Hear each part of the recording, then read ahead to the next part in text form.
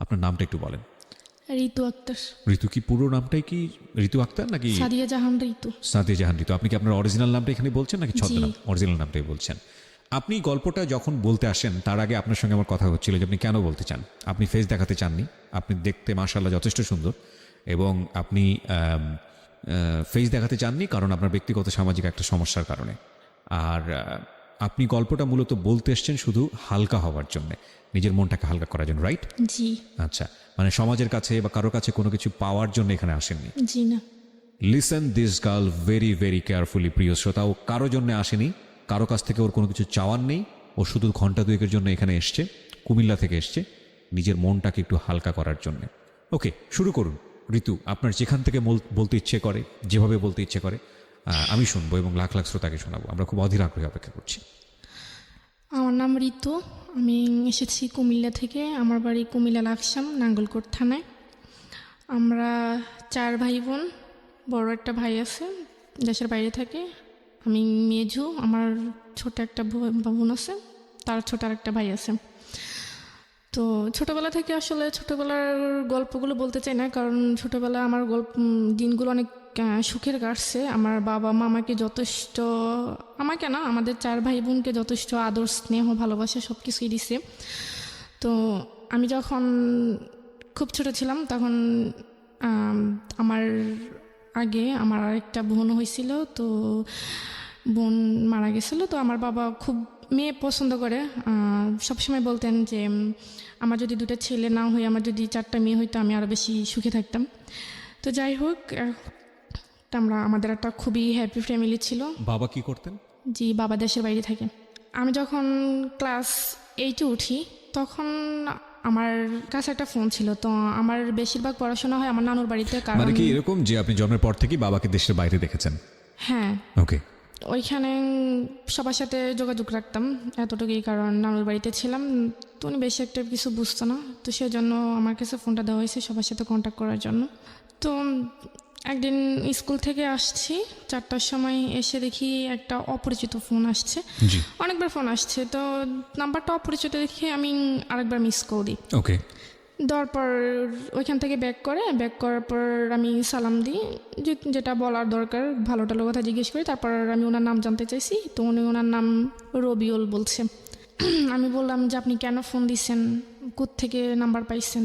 তো উনি বলল যে দেখেন, হয়তো আল্লাহ আপনার সাথে আমার কথা বলিয়ে দিবে, সেজন্য আমি হয়তো আপনার সাথে কথা বলতে পারছি। তো তখন আমি বলছি ঠিক আছে, আর ফোন টোন দিবেন না।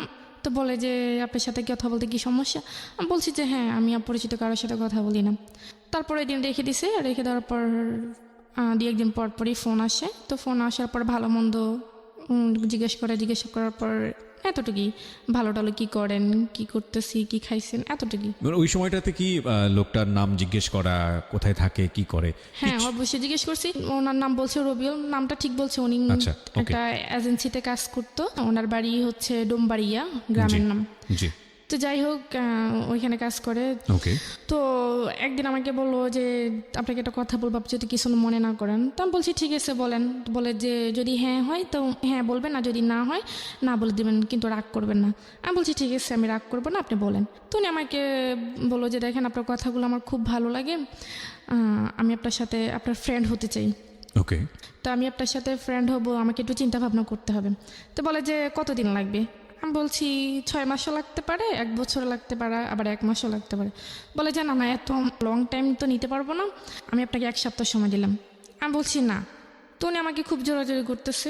জোরাজোরি করার পর আমি বলছি ঠিক আছে, আমি 1 সপ্তাহ পর, তবে 1 সপ্তাহের মধ্যে আপনি আমাকে আর ফোন কল কোনো কিছু দিতে পারবেন না। আচ্ছা। তো রেখে দিছে। রেখে দেওয়ার পর 1 সপ্তাহ পর ফোন দিছে। ফোন দেওয়ার পর আমি বলছি যে হ্যাঁ ঠিক আছে, আমি আপনার বন্ধু হতে পারি, তবে 1 শর্তে। তো বললো যে কী শর্ত?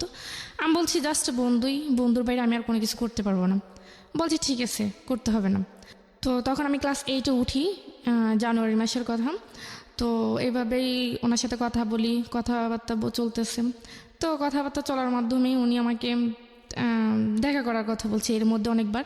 তো দেখা করার কথা বলছে, আমি আসলে দেখা করতে চাই না ওনাকে।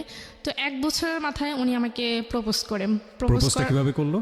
ফোনের মাধ্যমে? হ্যাঁ, ফোনের মাধ্যমে। 1 বছর কোনো দেখা হয়নি। এর মাধ্যমে কি আপনাদের এর আগে বা মানে ফেসবুক বা অনলাইনে কোথাও? না, তখন তো আমি ফেসবুক এমনিতে নর্মাল একটা ফোন ইউজ করতাম। এছাড়া কোনো কিছু ছিল না? শুধু আপনাকে just- দেখিনি? না, না দেখিনি। দেখি আপনাকে প্রপোজ করে ফেলেছে? হ্যাঁ, প্রপোজ করে Okay. ফেলছে। 1 বছর কথা বলার পর প্রপোজ করে ফেলছে। তো আমি বলছি ঠিক আছে, আপনি আমাকে। বয়সটা জানা ছিল? লাইক আপনি তখন ক্লাস 8-এ পড়েন, ওর বয়স কত ছিল? ওনার বয়স তখন 24 বছর ছিল। তো আপনি তখন খুব বেশি হলে 13 থেকে 14 বছর হ্যাঁ, বয়স, তো তখন 10 আসলে- বছরের তখন ডিফারেন্সে আমার ওনার বয়সটা ভালো লাগতো। ভয়েসটা ভালো লাগতো, হ্যাঁ, তো ফোনের আমি কথা ওনাকে দেখিনি। আচ্ছা আচ্ছা তাও okay. কি আর ওনাকে দেখি না, জাস্ট ওনার সাথে কথা বলতে আমার ভালো লাগতো। আচ্ছা। তো এসের জন্য কথা বলতাম। তো কথা বলার পর উনি আমাকে প্রপোজ করলো, বলে যে আপনার সাথে আপনার মানে কথা অনেক চিন্তা ভাবনা করলাম, আপনার মতো এরকম একজনকে খুঁজছি, বা আপনাকে আমার খুব ভালো লাগে, আপনাকে যদি আমার জীবনসঙ্গী হিসেবে পাইতাম তাহলে অনেক ভালো হইতো। তো আমি বলছি আপনি কি আমার দেখেন নাই? দেখেন আমি তো দেখতেও সুন্দর না, আপনি আর আপনি যেভাবে চাচ্ছেন আমি তো ওরকমও না। বলে যে না, যার কথা সুন্দর। যাই হোক, আপনার ক্ষেত্রে আপনি না দেখেই ও আপনাকে প্রপোজ করেছে, আপনি কি করলেন? তখন আমি বলছি যে আপনার সাথে তো আমার প্রথমে কথা হয়েছে যে ফ্রেন্ড হিসেবে আমরা সারা জীবন থাকবো, কিন্তু তার বাইরে আমি কোনো কিছু করতে পারবো না। তো বলে যে হ্যাঁ দেখেন, আমি আপনার প্রতি খুবই দুর্বল হয়ে গেছি, আসলে আপনাকে সবসময় ভাবি, সেজন্য আসলে ফ্রেন্ড থেকে যদি আরেকটু সম্পর্কটা আরেকটু গভীরে যায় তাহলে আপনার জন্য ভালো হয়, আমার জন্য ভালো হয়। তখন আমি বলছি যে আমি আপনাকে দেখিনি, বাট আপনিও আমাকে দেখেন নাই, তো এখানে আসলে সম্পর্কটা কখনই হতে পারে না। তো আমি কথা বলে ফোনটা রেখে আমি ফোনটা অফ করে ফেলছি। একটানা 10 দিন আমি ফোন অফ রাখছি। ফোন অফ রাখার 10 দিন পর আমি যখন ফোনটা অফেন করছি, ফোনটা অফেন করার সাথে সাথেই ওনার ফোন। তো আমি ফোনটা তখন রিসিভ করিনি। তো রিসিভ না করাতে অনেকবার ফোন দিছে, ফোন আমি রিসিভ করিনি। তারপর উনি আরেকটা অপরিচিত একটা নাম্বার দিয়ে ফোন দিছে। তো আমি অপরিচিত নাম্বারটা যখন চিনি না, তখন ভাবলাম যে আমার হয়তো আত্মীয় স্বজন হইতে পারে। তো আমি ফোনটা রিসিভ করি। রিসিভ করার পর উনি আমাকে বলে যে আপনি আমাকে মানে আমার ফোনটা রিসিভ করছেন না, আপনি ফোন বন্ধ রাখছেন কেন, কী সমস্যা আপনার যদি ভালো না লাগে আপনি আমাকে না বলে দেন। আমি বলছি না, আমার ভালো লাগে না, আপনি আর আমাকে ফোন দিয়েন না, আসলে আমি এটা চাচ্ছি না, আমার ফ্যামিলি সেটা কখনোই অ্যাকসেপ্ট করবে না। তো বলে যে না, আপনি একটু ভেবে দেখেন, আসলে চিন্তা ভাবনা করে তো মানুষ সব কাজ করে, তো চিন্তা ভাবনা করে ভালো, আপনি একটু ভেবে দেখেন। তা আমি বলছি ঠিক আছে, আমি ভাববো। তো বলে যে ভাববার জন্য কতদিন সময় লাগবে? তা আমি বলছি দেখেন, আমার চিন্তা ভাবনা জিনিস শেষ হবে, আমি আপনাকে কয়েকদিন ফোন দেবো, কিন্তু তার আগে আপনি আমাকে আর ফোন দেবেন না। বলে যে না, এটা কেমন কথা, আসলে আপনার সাথে কথা না বলে আমি থাকতে পারি না, এই 10টা দিন আমার অনেক কষ্ট হয়েছে, আপনাকে আমি কীভাবে বোঝাবো? তো বলে যে ঠিক আছে, আমি 10 দিন সময় দিলাম। তো ঠিক আছে, আমি 10 দিন পর উনি আমাকে ফোন দিল বিকালের টাইমে। তখন আমি বলছি যে ঠিক আছে, আমি রাজি আছি। তো বলে যে ঠিক আছে, তখন তো রাজি হয়েছে। আপনি রাজি হয়ে গেলেন? হ্যাঁ, আমি রাজি হয়ে গেছি। রাজি হয়ে গেলেন কেন? মানে আপনি তো আসলে মানে চিন্তা ভাবনা করেছি, কারণ আসলে তাই সে কেমন দেখতে সেটা আমি জানি না, তো তার কথাগুলো আমার ভালো লাগতো, আসলে তার কথাগুলো মানে তার আপনি সাথে নিজেও আমার- দুর্বল ছিলেন? হ্যাঁ, তোর কথার মধ্যে আমি খুবই দুর্বল ছিলাম। তার মানে সে অনেক সুন্দর গুছিয়ে কথা বলতে পারে, বা তার কথাগুলো অনেক ভালোই লাগে আমার, মানে Okay. শুনতেই মন চায়। ওকে। তো যাই হোক, তারপর এভাবে অনেক দিন কেটে গেছে, প্রায় 1 মাসের মতো। তো উনি আমাকে হঠাৎ আবার বলতেছে ঠিক আছে, এখন তো আমরা আরেকটা রিলেশনে নতুন করে একটা রিলেশন করছি, তো এখন তো আমি আপনাকে তুমি করে বলতে পারি। আমি বলছি ঠিক আছে, তুমি করে বলেন। এখানে একটা জিনিস খেয়াল করবেন, ওদের এই সম্পর্কটা এটা কিন্তু অনেক লম্বা সময় নিয়ে তারপরে কিন্তু হয়েছে, যদিও দুজনকে দেখেনি, সম্পূর্ণ ভার্চুয়াল একটা রিলেশনশিপ। প্রথম পর্যায়ে ফ্রেন্ডস ছিল, পরে আপনারা মানে এক ধরনের কি বলে বয়ফ্রেন্ড গার্লফ্রেন্ড রিলেশনশিপে গেলেন। এটার মধ্যে সময় নিলেন কতদিনের? প্রায় 1 বছরের বেশি। 1 বছরের বেশি। 1 বছরের বেশি, যেটা সাধারণত দেখা যায় না। মানে এই ধরনের সম্পর্ক ভার্চুয়াল জগতে হতে সপ্তাহখানেকেরও কম সময় লাগে। ওটা ডিপেন্ড, এটা পার্সন টু পার্সন ডিপেন্ড করে। বাট ওনারা 1 বছর সময় নিয়ে দুজনের প্রতি এফেক্টেড হয়েছেন, এবং খুব লম্বা একটা সময় আমি বলবো, যথেষ্ট সময় নিয়েছেন। যাই হোক, প্রিয় শ্রোতা, আমরা এখান থেকেই ফিরবো। গল্পটা শুরু হয়েছে মাত্র, এবং একটা বিষয় অবশ্যই খেয়াল রাখবেন, আজকের এই জীবন গল্প দুর্ধর্ষতম, কষ্টদায়ক, বেদনাদায়ক, ভয়াবহতম একটা গল্প, এবং যারা কষ্ট কম নিতে পারেন তাদের না শোনাটাই ভালো, আমি প্রথমেই বলে নিচ্ছি। যেখানটায় আমি ছিলাম, আমার কাছে মনে হয়েছে যে তারপর সে আমি আবার যেহেতু বাবা আমাকে হয়েছি, বলে যে দেখা করার মাস কথা। 3-4 হলো, তো সহ্য তখনও করাটা আমি কঠিন, আসলে খুবই কঠিন। তার সাথে এতটা ফ্রি হইতে পারিনি। তো তখন আমি আর তাকে বলছি যে না, আজকে দেখা হবে না, বা তাকে এভাবে ঘুরিয়ে আমি সময় পার করতেছি। প্রায় 1.5 বছর চলে যায় এভাবে। 1.5 বছর চলে যাওয়ার পর সে আমাকে হঠাৎ একদিন শুক্রবার ছিল, তো আমাকে বলতেছে যে দেখো, তুমি যদি আজকে আমার সাথে দেখা না করো তাহলে আমার তোমার সাথে কোনো সম্পর্ক থাকবে না। তো বলছে যে তুমি স্কুলের সামনে আসবা, আমি ওইখানে আসবো। তো আমি বলছি ঠিক আছে, বিকেল 5টার দিকে। তখন আসলে আমি তখন নানুকে বললাম যে আমি একটু বাজারে যাব। তো নানু বললো যে না, এখন এখন বাজারে যাওয়ার দরকার নেই, তো তোমার মামা আছে, তোমার মামাকে বলো, যদি উনি যাইতে দেয় তো তুমি যাও। তখন আসলে মামার কাছে তো বলতে পারবো না, কারণ মামার কাছে বলবে যে তোমার কি লাগবে তুমি আমার কাছে বলো, তোমার যাওয়ার দরকার নেই। তখন আমি বলতে পারি না, তো যে কোনো কারণে আমি বাইরে হইতে পারি না। তখন আমি ওকে আর বলতে পারিনি যে মানে আমি আসবো না। তখন আমি আবার ফোনটা অফ করে ফেলছি। যে তখন সে আমাকে অনেকবার ট্রাই করছে, আমার ফোনে তখন মিস কল অ্যালার্ট চালু ছিল। তো আমি যখন ফোনটা অফ করছি দেখি যে সে আমাকে প্রায় 1000-এর উপরে ফোন দিচ্ছে। তো সে আমাকে রাগ করে 2-3 দিন ফোন দেয়নি। 2-3 দিন ফোন না দেওয়াতে আমিও ফোন দিইনি। তো 2-3 দিন পর সে নিজে আমাকে আবার ফোন দিছে। ফোন দেওয়ার পর বলতেছে তোমার কি সমস্যা, তুমি আমার সাথে দেখা করলো না কেন? তা আমি বলছি আমার সমস্যা ছিল, আমি বাইরে হতে পারিনি। তো বলে যে বাইরে হইতে না পারলে তুমি আমাকে বলতাম। তা আমি বলছি বললে হয়তো আপনি এটা অন্যভাবে নেবেন, সেজন্য আমি বলতে পারিনি। তো তাকে সরি টরি বলছি। তো সরি টরি বলার পর সে যাই হোক সেটা সমাধান হয়ে গেছে। কথা চলতে চলতে 2 বছর, তখন 2012 সালের লাস্টের দিকে আমি আমার বোন, তখন আমার আব্বু বাড়িতে আসছে বিদেশ থেকে। বাড়িতে আসার পর আমাকে বাড়িতে নিয়ে আসছে। তো আমি তাকে বলছিলাম যে আমার আব্বু বাড়িতে আসতেছে, তো আমি আপনার সাথে অনেকদিন কথা বলতে পারবো না, মানে যতদিন বাড়িতে থাকবো ততদিন কথা বলতে পারবো না, কারণ আমাদের বাড়িতে আসলে আবার কথা হবে, কথা বলতে পারবো না। তো উনি বলছে যে কেন? আমি বলছি আমার আব্বু বাড়িতে আসতেছে, তো আমি তো ফোনটা আবার ওইখানে নিয়ে যেতে পারবো না। তো বলে ঠিক আছে। তখন আমি বাড়িতে এসেছি। আসার পর তা আমার আব্বু, আমার বোন, আমার ছোট ভাই, আমার বোনের একটা ফ্রেন্ড ছিল, আমার মামাদের বাসায় আসবো ঢাকায় উত্তরায়। সেটা আমি আসলে ওনাকে বলতে পারিনি, যে কারণ আমি কারো ফোন ধরতেও পারি না, বা বাড়িতে গেলে আমি বিশেষ করে আম্মু বা আব্বুর ওনাদের ফোন ধরি না। তো ফোন না পেয়ে আমি ওনাকে বলতে পারিনি। তো আমি ঢাকা আসছি। ঢাকায় সেখানে প্রায় 1 সপ্তাহ ছিলাম। তো 1 সপ্তাহ থাকার পর আবার বাড়িতে গেছি। বাড়িতে যাওয়ার পর আমার আব্বু কোনো একটা কাজে চিটাগং গেছিলো। তো ওইখানে যাওয়ার পর আমি এটা সুযোগ পাইছি আমার নানুদের বাড়িতে আসার জন্য। তো আর নানু ফোন দিচ্ছিলো যাওয়ার জন্য। তখন আমি গেছি, গিয়ে আবার ওনার সাথে কন্ট্যাক্ট করছি। তো কন্ট্যাক্ট করার পর বলে যে এতদিন কেন, তুমি তো বলছো কয়েকদিন তারপর আবার আসবা, তো এতদিন গ্যাপ ছিল কেন? বলছি ঢাকা গেছিলাম আব্বুর সাথে, সেজন্য বলতে পারিনি। তো এই ব্যাপারটা আমি ওনাকে বলি নাই কেন, ওইটা উনি আমার সাথে অনেক রাগ করছে যে তুমি ঢাকা গেছো আমাকে বলছো, নাহলে আমিও ঢাকা যেতাম, দূর থেকে তোমাকে দেখতাম। আমি বলছি আমি বলতে পারিনি, আমি সুযোগ পাইনি। এটা নিয়ে অনেক ঝগড়া হয়েছে। ঝগড়া হওয়ার পর উনি আমাকে তুই তাই করে বলতেছে যে তুই আর আমাকে ফোন দিবি না। আমি বলছি ঠিক আছে, আমি ফোন দিব না। মানে ক্রেজি হয়ে গেছে আর কি, এতবার বারবার আপনাকে দেখতে চাচ্ছে, আপনি সামনে আসতেছেন না। আসতেছি না, হ্যাঁ। রাইট। পরে ঠিক আছে, তখন আমি আর তাকে মানে সে আমাকে ফোন দিবে না কেন সেটা আমার জানার আগ্রহ ছিল না। ফোন না দিলেনি। আসলে আমি তার সাথে মানে তার প্রতি অ্যাট্রাকশন হয়নি। আমি আসলে তার কথাগুলো আমার ভালো লাগতো, সেজন্য আমি তার সাথে কথা বলতাম। তার প্রতি পয়েন্ট করবেন প্রিয় শ্রোতা, ও যেটা বলছে যে ওর কথাগুলো শুনতে ওর খুব মন চাইতো, এবং ওই কথাগুলোর কারণেই ওর প্রতি এক ধরনের ওর দুর্বলতা ছিল, কিন্তু এটা আসলে সে অর্থে কোনো লাভ ছিল না। ওকে। তো সে আমাকে আবার নিজে ফোন দিছে। ফোন দেওয়ার পর বলে যে তুমি এত পাষাণ মানুষ, তোমার মেয়েদের মন নাকি অনেক নরম থাকে, তো তুমি এত শক্ত মনের মানুষ, আমি আসলে কখনো ভাবি নেই। তো আমি রাগ করে ফোন রেখে দিছি, তোমার উচিত আমার রাগ ভাঙানো, আমাকে ফোন দাও, তুমি সেটা না করে তুমি উল্টা রাগ করে বসেছো। তো ওনার কথাগুলো আমি আসলে এতটা কেয়ার করতাম না, যেটা বলতে এটা শুনতাম। 2012 সালের প্রায় মাঝামাঝি আমি আবার ঢাকায় আসি। আমার মামারা সবাই মিলে কক্সবাজার যাবে, তো আমি ঢাকা আসি আবার। তাই আমি ওনার কাছে বলছি যে আমি কক্সবাজার যাব, আমরা সবাই মিলে কক্সবাজার যাবো, ওইখানে অনেকদিন থাকবো, আপনার সাথে আমার কথা হবে না। তো বলে যে আমার যদি ছুটি থাকতো তাহলে তো আমিও যেতে পারতাম। তো বলে যে ঠিক আছে, তোমরা যেদিন যাবে তার একদিন আমাকে ফোন দিও। তো আমরা যেদিন যাবো তার একদিন ওনাকে ফোন দিছি, তো উনি যেতে পারবেন, উনি ছুটি নিতে পারে নাই। তো আমরা চলে গেছি। ওইখানে প্রায় 15 দিনের মতো ছিলাম। 15 দিন থেকে আবার যখন কক্সবাজার গেছি তখন আমার মামারও সাথে ছিল। তো মামার এক বন্ধু ছিল, তো সাথে ছিল, তো উনি আবার ওইখানে গেছে। তো আমরা ওইখানে অনেক আনন্দ করলাম, সবাই মিলে একসাথে ছিলাম, আড্ডা দিলাম। তো ওই ছেলে আবার আমাদের সাথে ছিল। তো আমি আবার ঢাকায় যখন কক্সবাজার থেকে যখন ঢাকায় ব্যাক করি, তখন ওই ছেলে আমার আরেকটা মামাতো ভাই ছিল, ওর নাম হচ্ছে রাফি। ওর কাছে আবার মানে আমার ডিটেলস জানতে চাইছে যে মেয়েটা কে বা কি করে। ছেলেটার নাম কি ছিল? রাজু। ওকে। তো কি করে বা কোথায় থাকে, তো বললো যে এটা আমার সম্পর্কে মামাতো বোন হয়, তো এরকম। তো বলে যে আমি ফোন ইউজ করে, তো আমি যে ফোন ইউজ করি সেটা তার ওনারা জানে না। তো বলে যে না, ফোন ইউজ করে না কেন?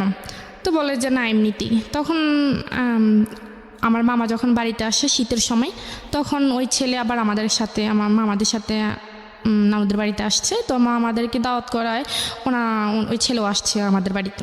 তো আমাদের বাড়িটারি দেখলো, আমাদেরকে দেখলো, তখন আমার সাথে কথা বললো, হাই হ্যালো এতটুকুই। কী করো, কোন ক্লাসে পড়ো? তখন আমি ক্লাস 9-এ পড়ি। তো বললো যে ঠিক আছে, তো এখন তো ছুটি, তো তোমার মামার সাথে আবার ঢাকায় যাও, গিয়ে ঘুরে আসো, আমরা তো আছি, সব একসাথে আনন্দ হবে। তো আমি বলছি দেখি যদি আম্মু দেয় তাহলে। তো উনি আমার মামাকে বললো, বলার পর আমার মামা আমার আম্মুকে বললো, তো গেলাম। গিয়ে ওইখানে প্রায় 20-25 দিন ছিলাম। এর মধ্যে ওর সাথে আর আমার কোনো যোগাযোগ হয়নি। রবিউলের সাথে? হ্যাঁ, রবিউলের সাথে আমার আর কোনো যোগাযোগ হয়নি। না ফোন তো না, আমাদের বাড়িতে আমি আর ওইখানে যেতে পারি না, ওনাকে কখনো কোনো মেসেজ বা ফোন দিতে পারিনি। তো আমি আবার চলে গেছি। তো কথাবার্তা বলে মাঝে বলে যে তুমি ফোন ইউজ করো না। আমি বলছি না, আমি ফোন ইউজ করি না, আসলে বাসা থেকে সেটা কেউ দিবে না। তো বলে যে আমি তোমাকে যদি একটা ফোন কিনে দিই তুমি নিবে? আমি বলছি কেন, আপনার ফোন আমি নিব কেন, আর আপনি আমার কি হন? রাজু এটা বলতেছে? হ্যাঁ, রাজু এটা বলতেছে। বলে যে না নেও, মাঝে মাঝে তোমার সাথে কথাবার্তা বলবো। এখানে বিষয়টা গুলিয়ে ফেলবেন না। রাজু এবং রবিউল, রাজুটা হচ্ছে ওর আত্মীয় সম্পর্কের একজন, আর রবিউলটা হলো যে ছেলেটার সঙ্গে প্রথম দিকে ভার্চুয়ালি মানে ফোনের মাধ্যমে কমিউনিকেট, কিন্তু এখনও দেখা হয়নি। ওদের মধ্যে এক ধরনের সম্পর্ক রয়েছে, বয়ফ্রেন্ড গার্লফ্রেন্ড বলা যেতে পারে, বাট ঠিক সে অর্থে ম্যাচিউর টাইপের রিলেশনশিপ না, অন্তত এই মেয়েটার সাইড থেকে না। ওকে, ঠিক আছে, বলুন তারপর। তো রাজু আমাকে যখন আমি চলে আসবো তখন রাজু আমার মামা আর ওই মামাতো ভাইটা আমাকে বাস পর্যন্ত বাসে উঠেছে, কারণ মামা আমার সাথে আসছে আর মামার সাথে ওনারা আসছে আমাদেরকে এগিয়ে দেওয়ার জন্য। তো আসছে রাজু এখানে, মানে আমি চলে যাচ্ছি, মানে এটা দেখো কান্নাকাটি করতে আসছে। কান্নাকাটি করার পর আমি আসলে ব্যাপারটা দেখছি, তারপরও বুঝতে পারলো না, বোঝার মতো করেছিলাম। তো আমি যখন চলে গেছি তখন ও আমার যে জামা কাপড় নেওয়ার একটা ব্যাগ ছিল, ওই ব্যাগের মধ্যে ওই একটা ফোন কিনে রেখে দিয়েছে, সেটা আমি জানি না। তো না জানার পর আমি বাড়িতে গেছি, সোজা আমার নানুদের বাড়িতে গেছি। নানুদের বাড়িতে যাওয়ার পর জামা কাপড় যখন ওইটা থেকে বের করেছি তখন দেখছি একটা মোবাইলের বক্স। তো আমার কাছে আশ্চর্য লাগতেছে, মোবাইলের বক্স এটা কে দিল? তখন আমি কাউকে বিষয়টা না বলে আমি এটা খুললাম, খুলে দেখি একটা phone, mobile phone, Samsung mobile phone ছিল। ওইটার মধ্যে আবার একটা চিঠি ছিল। তো দেখলাম, দেখার পরে চিঠিটা পড়লাম। চিঠির মধ্যে লেখা ছিল যে মানে রাজু যে আমাকে ফোনটা দিছে সেটা যেন আমি কাউকে না বলি, সেটা শুধুমাত্র আমাকে দিছে আমার সাথে একটু কথা বলার জন্য বা খোঁজখবর নেওয়ার জন্য, বাস এতটুকুই। আর যদি ওর মোবাইলটা আমার নিতে ইচ্ছে না হয় তাহলে সেটা ফেলে দেওয়ার জন্য, কিন্তু কাউকে না বলার জন্য, এটা লিখে দিছে। তো লিখে দেওয়ার পর আমি এটা রেখে দিচ্ছি, তো আমি আর ফেলিনি। ওটার সাথে আবার একটা সিমও দিছে, তো আমি ওইটা অফিল করছি। করার পর ও আবার অনেকগুলো মেসেজ করছে। আমি ফোনটা অফ করার পর অনেকগুলো মেসেজ পেয়েছি, কেমন আছি, কোথায় আছি, হয়তো রাস্তার মধ্যে ফোন দিছে। তো আবার ফোনও দিছিল মনে হয়। তখন রাত্রেবেলা আমি আর ওকে ফোন দিই নাই বা মেসেজও রিপ্লাই দিই নাই। তো রাত্রেবেলা সন্ধ্যার দিকে আমার নানু তখন নামাজ পড়তে গেছে, তো আমিও নামাজ পড়ে ফেলছি আগে, নানু পরে নামাজ পড়তে গেছে। পড়ার পর আমি ওই আমার আগের ফোনটা রবিউলের সাথে আবার আপনি নামাজ পড়েন? হ্যাঁ। বাহ, মাশাআল্লাহ। হ্যাঁ। তো রবিউলকে মিস কল দিলাম। তো মিস কল দেওয়ার পর সে সাথে সাথে ব্যাক করলো। ব্যাক করার পর রবিউলের সাথে কতদিন পরে কথা হচ্ছে? এই প্রায় 1 মাস 10 দিন। 1 মাস 10 দিন কোনো কমিউনিকেশনই ছিল না? জি না। মানে আপনার দিক থেকে আপনি অনুভবই করেননি? না, কোনো অনুভবই করিনি। তার মানে বুঝতেই পারছেন, ইট ওয়াজ নট লাভ অ্যাকচুয়ালি, কোনো লাভ ছিল না। নইলে 1 মাস 10 দিন অফ ট্র্যাকে থাকার সময় ও বিজি হয়ে গেছে অন্য কোনো জায়গাতে, রবিউল মাথা থেকে আউট হয়ে গেছে। কিন্তু যখনই ও ফিরে এসছে, সময় হাতে আছে, তখন আবার রবিউলকে সে নক করছে। তারপর ফোন দিলাম, ফোন দেওয়ার পর ও ফোনটা রিসিভ করার সাথে সাথে খুব কান্নাকাটি করতেছে, অনেক মানে বাচ্চাদের মতো খুব জোরে জোরে কান্নাকাটি করতেছে। আমি কেন তাকে এতদিন ফোন দিইনি। তখন আমি তাকে ব্যাপারটা বুঝিয়ে পড়ার পর সে আমাকে বলতেছে আমি তোমার সাথে কালকেই দেখা করতে চাই। আমি বলছি এটা কখনোই সম্ভব না, আমি কালকে দেখা করতে পারবো না, আমার যখন সময় হবে আমি তখনই আপনাকে ফোন দিব, আপনি আমার সাথে দেখা করিয়েন। এর মধ্যে রাজু আবার আমার মামাতো ভাই যার মাধ্যমে পরিচয় হয়েছিল, সে আবার আমার নানুদের বাড়িতে আসছে। তো রাজু আবার আমার নানুদের বাড়িতে আসছে। আসার পর সে আমাকে ভালোটার কথা জিজ্ঞেস করার পর আমার নানুর সাথে কথা বললো। কথাবার্তা বলার পর সে 2 দিন ছিল। 2 দিন থাকার পর সে আবার চলে গেছে। চলে যাওয়ার 5-6 দিন পর রাজু তার আম্মুকে পাঠাইছে। রাজুর আব্বু নাই, তার আম্মুকে পাঠাইছে আমার নানুর কাছে। পাঠাইছে সে আমাকে বিয়ে করবে, একটা বিয়ের প্রস্তাব নিয়ে আমাকে সে পাঠাইছে। সে কি করতো সেই মুহূর্তে? সেই পড়াশোনা করতো, অনার্স করতো। এই অবস্থায় বিয়ের প্রস্তাব দিয়ে পাঠিয়েছে? হ্যাঁ, আর ওরা মানে ঢাকায় স্থানীয় ছিল। ওকে। প্রস্তাব পাঠাইছে। তো তার আম্মু তো তখন আমাকে দেখে নেয় ঢাকা থাকাকালীন, তো উনি আমাকে দেখছে, দেখার পর আমার নানুকে ডিরেক্টলি বলছে যে আপনার নাতিকে তো আমার ছেলে খুবই পছন্দ করে, তো আপনাদের যদি কোনো আপত্তি না থাকে তাহলে আমরা এখানে একটা আত্মীয়তা করতে পারি। তো আমার নানু বললো যে দেখেন, আমি তো ওর গার্জেন না, ওর আব্বু আছে, আম্মু আছে, আমার ছেলেরা আছে, ওদের সাথে কথা বলতে হবে, আপনি ওনাদের সাথে কথা বলেন। তো রাজুর আম্মু একদিন ছিল, তারপরে দিন সকালবেলায় চলে গেছে। চলে যাওয়ার পর আমার নানু আমাকে বলতেছে যে তো রাজুর সাথে তোর কি? আমি বলছি তো না কিছু না, এমনিতে কথাবার্তা, তো এরকম কিছু না। তো বলে যে সত্যি? আমি বলছি যে হ্যাঁ। বলে যে না থাকলেই ভালো। তা আমি আর জিজ্ঞেস করি না যে কেন আসছে বা কী আসে বিষয়। তখন আমার আব্বুর কাছে বলছে আমার মামা, রাজুর আম্মু আমার মামার কাছে বলছে, আর আমার মামা আমার আব্বুর কাছে ফোন দিয়ে বলছে। তো আমার আব্বু বলছে ঠিক আছে, ছেলের একটা ছবি দাও আর আমি খোঁজখবর নিয়ে দেখি কেমন। তো ওনারও ছেলে পছন্দ হয়ে গেছে, ছেলেরও পছন্দ হয়েছে বা ওর আম্মুরও পছন্দ হয়েছে। মনে করেন দুই পক্ষ থেকেই সব কিছু ঠিকঠাক। এখন আমার ছোট মামা যিনি, উনি আবার আমার আব্বুকে বলতেছে যে বিয়ে তো হবেই, ছেলেও ভালো বা ছেলের ফ্যামিলিও ভালো, এখন ঋতুকে একবার জিজ্ঞেস করে দেখেন ও কি বলে। তো আমার আব্বু আসলে আমাদের বন্ধুর মতোই, বাবা বললেও নয়। তো পরে আমার আব্বু আমাকে জিজ্ঞেস করার পর আমি বললাম যে আব্বু দেখেন, আমি আসলে সামনে আমার এসএসসি পরীক্ষা, তো আমি অন্তত পরীক্ষাটা দিই, আপনাকে বিস্তারিত বলবো। বলে যে ঠিক আছে পরীক্ষা দাও। তো আব্বুও ওই রকমভাবে মামাকে বলছে, মামা ওই রাজুর আম্মুকে ওরকমভাবে বলছে। তো ওনারা বলছে ঠিক আছে পরীক্ষা পর্যন্ত আমরা অপেক্ষা করব। তো এর মধ্যে আমি আবার রবিউলকে সব কিছু বলে দিছি যে আমাকে এভাবে দেখতে আসছে, আমার বিয়ের কথা চলতেছে, এখন আমি বলছি পরীক্ষা অবধি। তো সে বলতেছে আমি তো তোমাকে আজ পর্যন্ত দেখিই নেই, তুমি আমার সাথে একটু দেখা করো না। তা আমি বলছি কী দেখবেন, আমি তো বলছি আমাকে দেখলে আপনার পছন্দ হবে না। তো দেখা এরকম করতে করতে তখন সে যে একটা এজেন্সিতে কাজ করে সেটা আমাকে বলছে। তখন আমি খোঁজখবর নিয়ে জানতে পারি এটা আমাকে রং বলছে, মানে রবিউল আপনাকে মিথ্যা ইনফরমেশন দিয়েছে। হ্যাঁ। ওকে। তো তখন আমি বললাম যে আপনি তো আমার কাছে মিথ্যা কথা বলছেন, আপনি তো আসলে কোনো অফিসে এরকম কোনো অফিসে চাকরি করেন না, আসলে আপনি করেনটা কি আমাকে সত্যি করে বলেন, আমি আপনার সাথে দেখা করব। ওকে। তো বলো যে আমি আসলে একটা প্রাইভেট কোম্পানিতে জব করি, তো যে কোনোভাবে এটা ওই কোম্পানির মালিক পালিয়ে গেছে, এখন আসলে আমার উপর অনেক ধার দেনা, এখন আমি আসলে বাড়ি থেকে বের হতে পারতেছি না, এখন অন্য একটা জায়গায় অ্যাপ্লাই করতেছি। তারপর আমি বললাম তো সেটা আমাকে বললেন না কেন আগে? তো বলে যে বলিনি, এমনিতে আসলে এটা একটু আমি লুকিয়ে রাখছি, এটা বলতে চাইনি। তাই আমি বলছি ঠিক আছে। তো তখন আমি তাকে নিজে ফোন দিতাম, আমি তাকে ফোন দিয়ে আমি তার সাথে কথা বলতাম। এমনকি সে আমার কাছে অনেকবার প্রায় 2-3 বার টাকা চাইছে তার মানে পকেট খরচের জন্য। আমি 2-3 বার প্রায় তাকে 10-12 হাজার টাকা দিছি, কিন্তু দেখা সাক্ষাৎ কোনো কিছুই না। আচ্ছা। তখন আমি যখন বিয়ের ব্যাপারটা বলছি তখন আম্মু আমাকে বলল যে দেখ ছেলেও ভালো, ছেলের ফ্যামিলিও ভালো, তুই রাজি হয়ে যা, এসএসসি পরীক্ষার পরে বিয়েটা হয়ে যাক, তুই রাজি হয়ে যা, অন্য কোথাও যদি কোনো কিছু থেকে থাকে সেটা বাদ দিয়ে দে। তা আমার আম্মা আমাকে এভাবে বলছে, তখন আমি একটু ডাউট করছি যে আমার আম্মা আমাকে হয়তো একটু সন্দেহ করছে। জি। তো সন্দেহ করার পর আমি তাকে আবার রবিউলকে বলে দিচ্ছি, বলে দেওয়ার পর তা আমি বলছি দেখেন আপনার সাথে যা হওয়ার হয়ে গেছে, আমি আপনার সাথে আর কথা বলতে পারবো না, তা আপনি আমাকে ক্ষমা করে দেন, আপনার সাথে যদি কোনো বেয়াদবি করে থাকি আসলে এভাবে আমি ফ্যামিলির বাইরে যেতে পারবো না। এটা রবিউলকে বললেন? হ্যাঁ আমি রবিউলকে বলছি। তখন রবিউল তো অনেক খুব কান্নাকাটি করছে। সে 2-3 দিন বাসার ঠিকানা জানতো? আপনার বাসার ঠিকানা? হ্যাঁ সে আমার বাসার ঠিকানা জানতো। আমি তাকে সবকিছুই সত্যি বলেছি। সঠিক বলেছেন। হ্যাঁ। তখন সে খুবই কান্নাকাটি করছে, সে বলতেছে ঠিক আছে আমি তোমাদের বাড়িতে আসতেছি। আমি বলছি যে না, আমার যদি ভালো চান আপনি কখনই আমাদের বাড়িতে আসবেন না, আর আসলে অনেক খারাপ হয়ে যাবে। তখন আমি তাকে এরকম কোনো কিছু বলার পর সে আসেনি। আসার পর সে বলছে ঠিক আছে তুমি আমাকে তো বিয়ে করবে না নাকি? আমি বলছি যে হ্যাঁ করবো না। তো বলে যে ঠিক আছে তাহলে তুমি আমার সাথে শুধু একবার দেখা করো, একবার দেখা করার পর আমি তোমাকে কথা দিতেছি জীবনে তোমাকে আর ফোন দিব না। তা আমি বলছি একবার দেখা করে কী লাভ? সে বলে যে আমি কেমন মেয়ের সাথে কথা বলছি, তাকে শুধু একবার দেখার ইচ্ছে, আর কিছুই না। আমি বলছি আপনি কথা দিচ্ছেন তো? তো সে বলতেছে যে হ্যাঁ আমি কথা দিচ্ছি। তো এর মধ্যে সে আবার ব্রাহ্মণবাড়িয়া, সে এখানে একটা আপনার মাইক্রো ক্রেডিট একটা চাকরি পাইছে। জি। ব্রাহ্মণবাড়িয়া। তো আমি আবার ঢাকা যাই মামাদের বাসায়। তখন আমার মামানি প্রেগনেন্ট ছিল, তো তখন উনি খুব অসুস্থ ছিল, তো ওনাকে আমি দেখতে গেছিলাম, আমার আম্মু গেছিল সাথে। তো আমার আম্মু গিয়ে আমার আম্মা আমাকে রেখে চলে আসছে। তো আমি ওইখানে ছিলাম, থাকার পর ওইখানে আবার মামাদের পাশের ফ্ল্যাটে একটা মেয়ে থাকতো, নাম হচ্ছে রিয়া করে। তার সাথে আমার আবার খুব ভালো একটা বন্ধুত্ব ছিল, তার সাথে আমি আবার সব কিছু শেয়ার করছি। তো শেয়ার করার পর সে তখন আমি ঢাকা গেছি, ঢাকা যাওয়ার পর সে আমাকে বলতেছে যে আমি ব্রাহ্মণবাড়িয়ে যাওয়ার জন্য, তার সাথে দেখা করার জন্য। তা আমি বললাম আমি একটা মেয়ে হয়ে আমি ওইখানে কীভাবে যাই? বলে যে দেখো আমি তো নতুন অফিসে জয়েন করছি, নতুন, এখন তো আমাকে ছুটি দিবে না, তো আমি আসলে কিভাবে তোমার কাছে যাবো, তুমি একটু আমার কাছে আসো। তো আমি বলছি ঠিক আছে। তখন আমি ওই রিয়াকে নিয়ে বাইরে বের হওয়ার নাম করে ওকে নিয়ে যাই। শুক্রবার দিন ছিল তখন।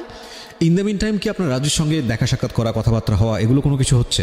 না না, ওই কথা মানে বিয়ে প্রস্তাব যখন ওরা পাঠিয়েছে, পাঠাইছে, যেহেতু ফোনটা আপনার কাছে আছে সেজন্য জিজ্ঞেস সেই করছি। ফোনটা আমার কাছে আছে, ফোনে আর কথাবার্তা ওই হয় না, ফোনটা দিয়ে আমি আবার রবির সাথে কথা বলি, কিন্তু রাজুর সঙ্গে কথা বলেন না? রাজুর সাথে আর কথা বলি না। আচ্ছা, যাই হোক গেলাম ব্রাহ্মণবাড়িয়া বিশ্ব রোড, ওইখানে রবিয়াল আসছে।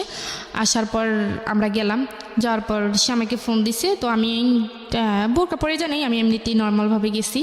তো আসলে ওই মানে আমি ওই কথাটা কখনো ভুলবো না, ওনাকে দেখে আসলে আমার মানে মাথা ঘুরতেছে, মানে এরকম একটা অবস্থা যে মানে আমি আসলে যেটা ভাবছি, যেটা কল্পনা করছি, এটা সম্পূর্ণ বাইরে।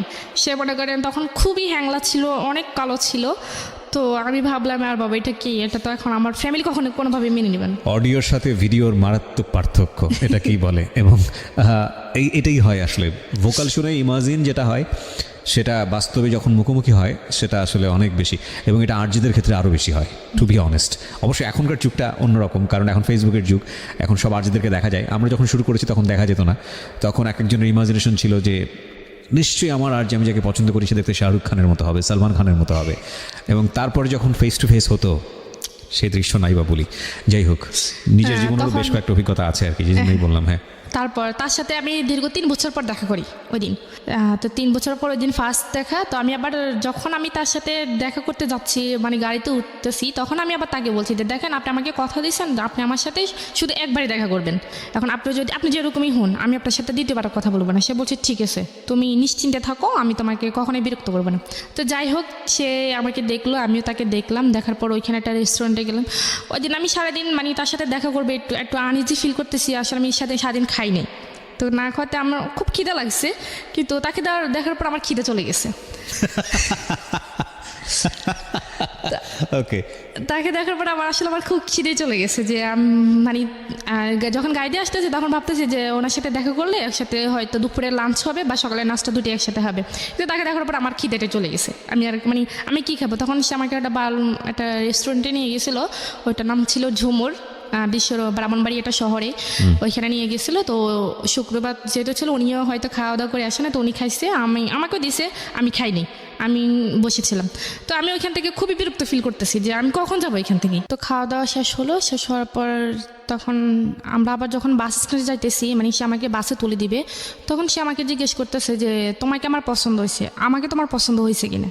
তখন আমি বলছি ঠিক আছে, আপনি তো আমাকে বলছেন যে আপনি আমার সাথে আর কখনোই দেখা করবেন না বা কথা বলবেন না, এটা কেমন কথা? এটা এখন তো আপনি আমার মানে কথার সাথে কাজের কোনো মিল নেই, এটা তো কখনোই সম্ভব না। আমি আপনাকে বিশেষ করে আপনার সাথে দেখা করতে আসছি, আর আপনি এখন এটা কি বলতেছেন?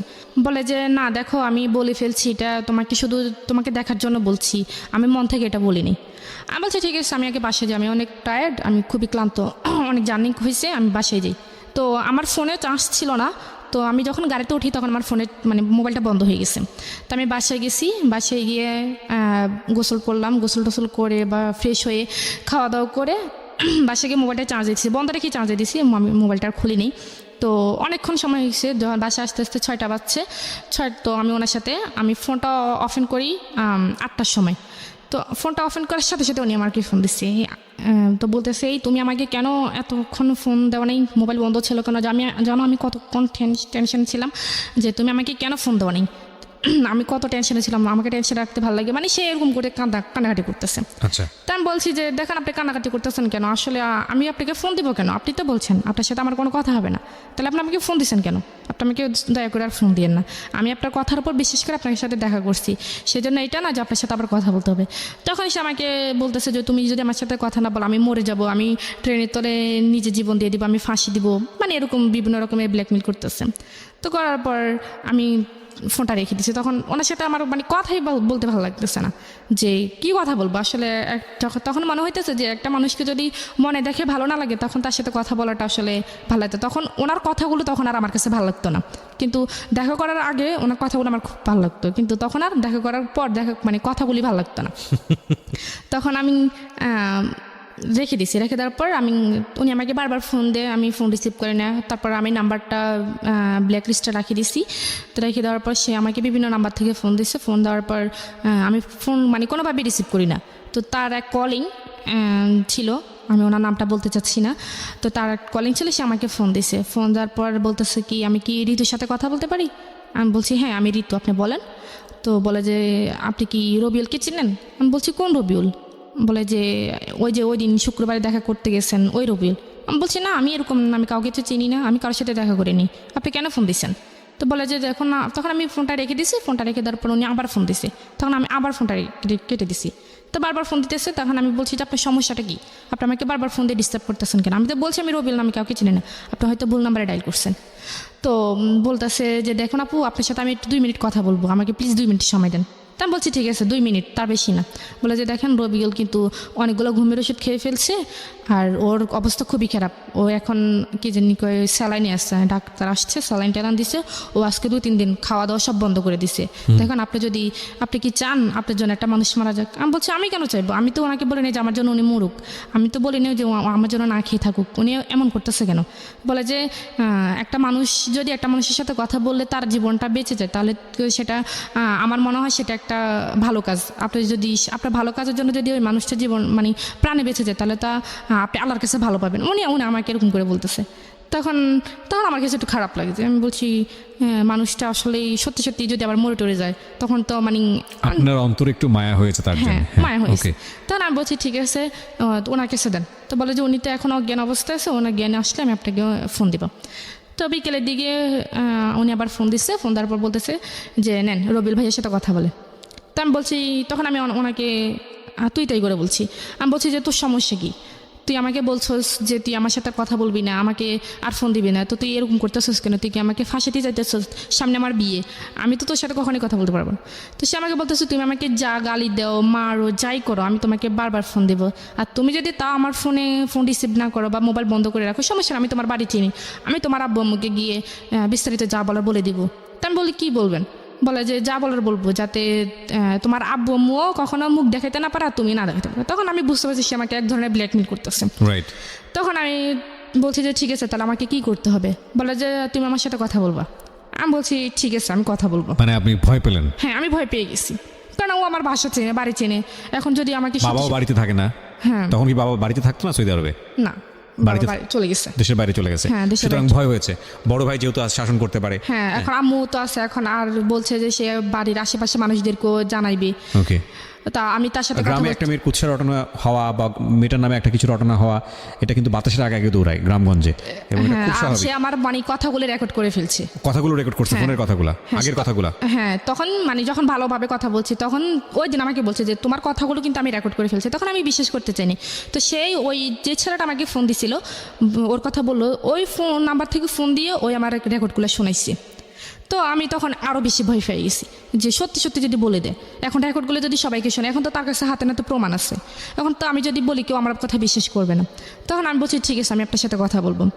তো কথা বলবো এইভাবে আরও ধরেন 2 মাস কেটে গেছে। 2 মাস কেটে গেছে, এর মধ্যে আমার পরীক্ষা, আমি এসএসসি পরীক্ষা দিছি। তো এসএসসি পরীক্ষা যেদিন শেষ হবে সেদিন বিকেলে সে আমাকে ফোন দিছে, না তার আগের দিন বিকেলে ফোন দিছে। তার আগের দিন বিকেলে ফোন দিয়ে বলতেছে যে তোমার এসএসসি পরীক্ষা, তোমার তো কালকে পরীক্ষা শেষ, তাহলে তুমি তার স্কুলে যেতে পারবে না, বাসা থেকে বের হতে পারবে না, তুমি আমার সাথে জাস্ট একটু দেখা করবা, আমি তোমার সাথে দেখা করব, অনেকদিন দেখা করি না। আমি বলছি ঠিক আছে আমি দেখা করব। তখন আমাদের থানা লাকসাম বলছে যাওয়ার জন্য। তা আমি পরীক্ষা দিয়ে আমি সোজা বাড়িতে না গিয়ে আমি লাকসাম চলে গেছি তো তার সাথে দেখা করার জন্য। তো সে ওইখানে তার কিছু বন্ধুবান্ধব আসছে, আসার পর সে আমার সাথে কথাবার্তা বললো। সে বললো যে চলো আমরা একটু ঘুরে আসি, লাকসাম ফয়জুন্নেসা কলেজের নাম মনে হয় শুনছেন, ওইখানে সে আমাকে বলে যে ওই জায়গাটা একটু সেভ আছে, আমরা একটু কথা বলি। আমি বলছি যে না আমি কথা বলতে পারবো না, আমাকে বাসে যেতে হবে, বাসে সবাই টেনশন করবে, আমি বলে এসেনি। বলছি যে না একটু সময় 5 মিনিট সময় দাও। তখন আমি ওইখানে গেছি, দেখি যে তার অনেকগুলো বন্ধু, তার প্রায় 10-12 জন তার বন্ধুরা চলে এসে আমাকে ভাবি যাবি বলতেছে ভালো টালো। তখন আমার কাছে আশ্চর্য লাগতেছে, আমি কী ব্যাপার, ওরা কোত্থেকে আসছে?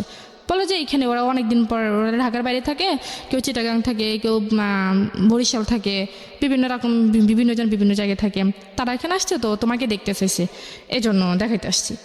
তখন আমি বলছি ঠিক আছে তাহলে আমি চলি। তখন আমার কাছে একটু ডাউট লাগছে, তখন ওদের মানে ভাব ভঙ্গি আমার ভালো লাগতেছে না।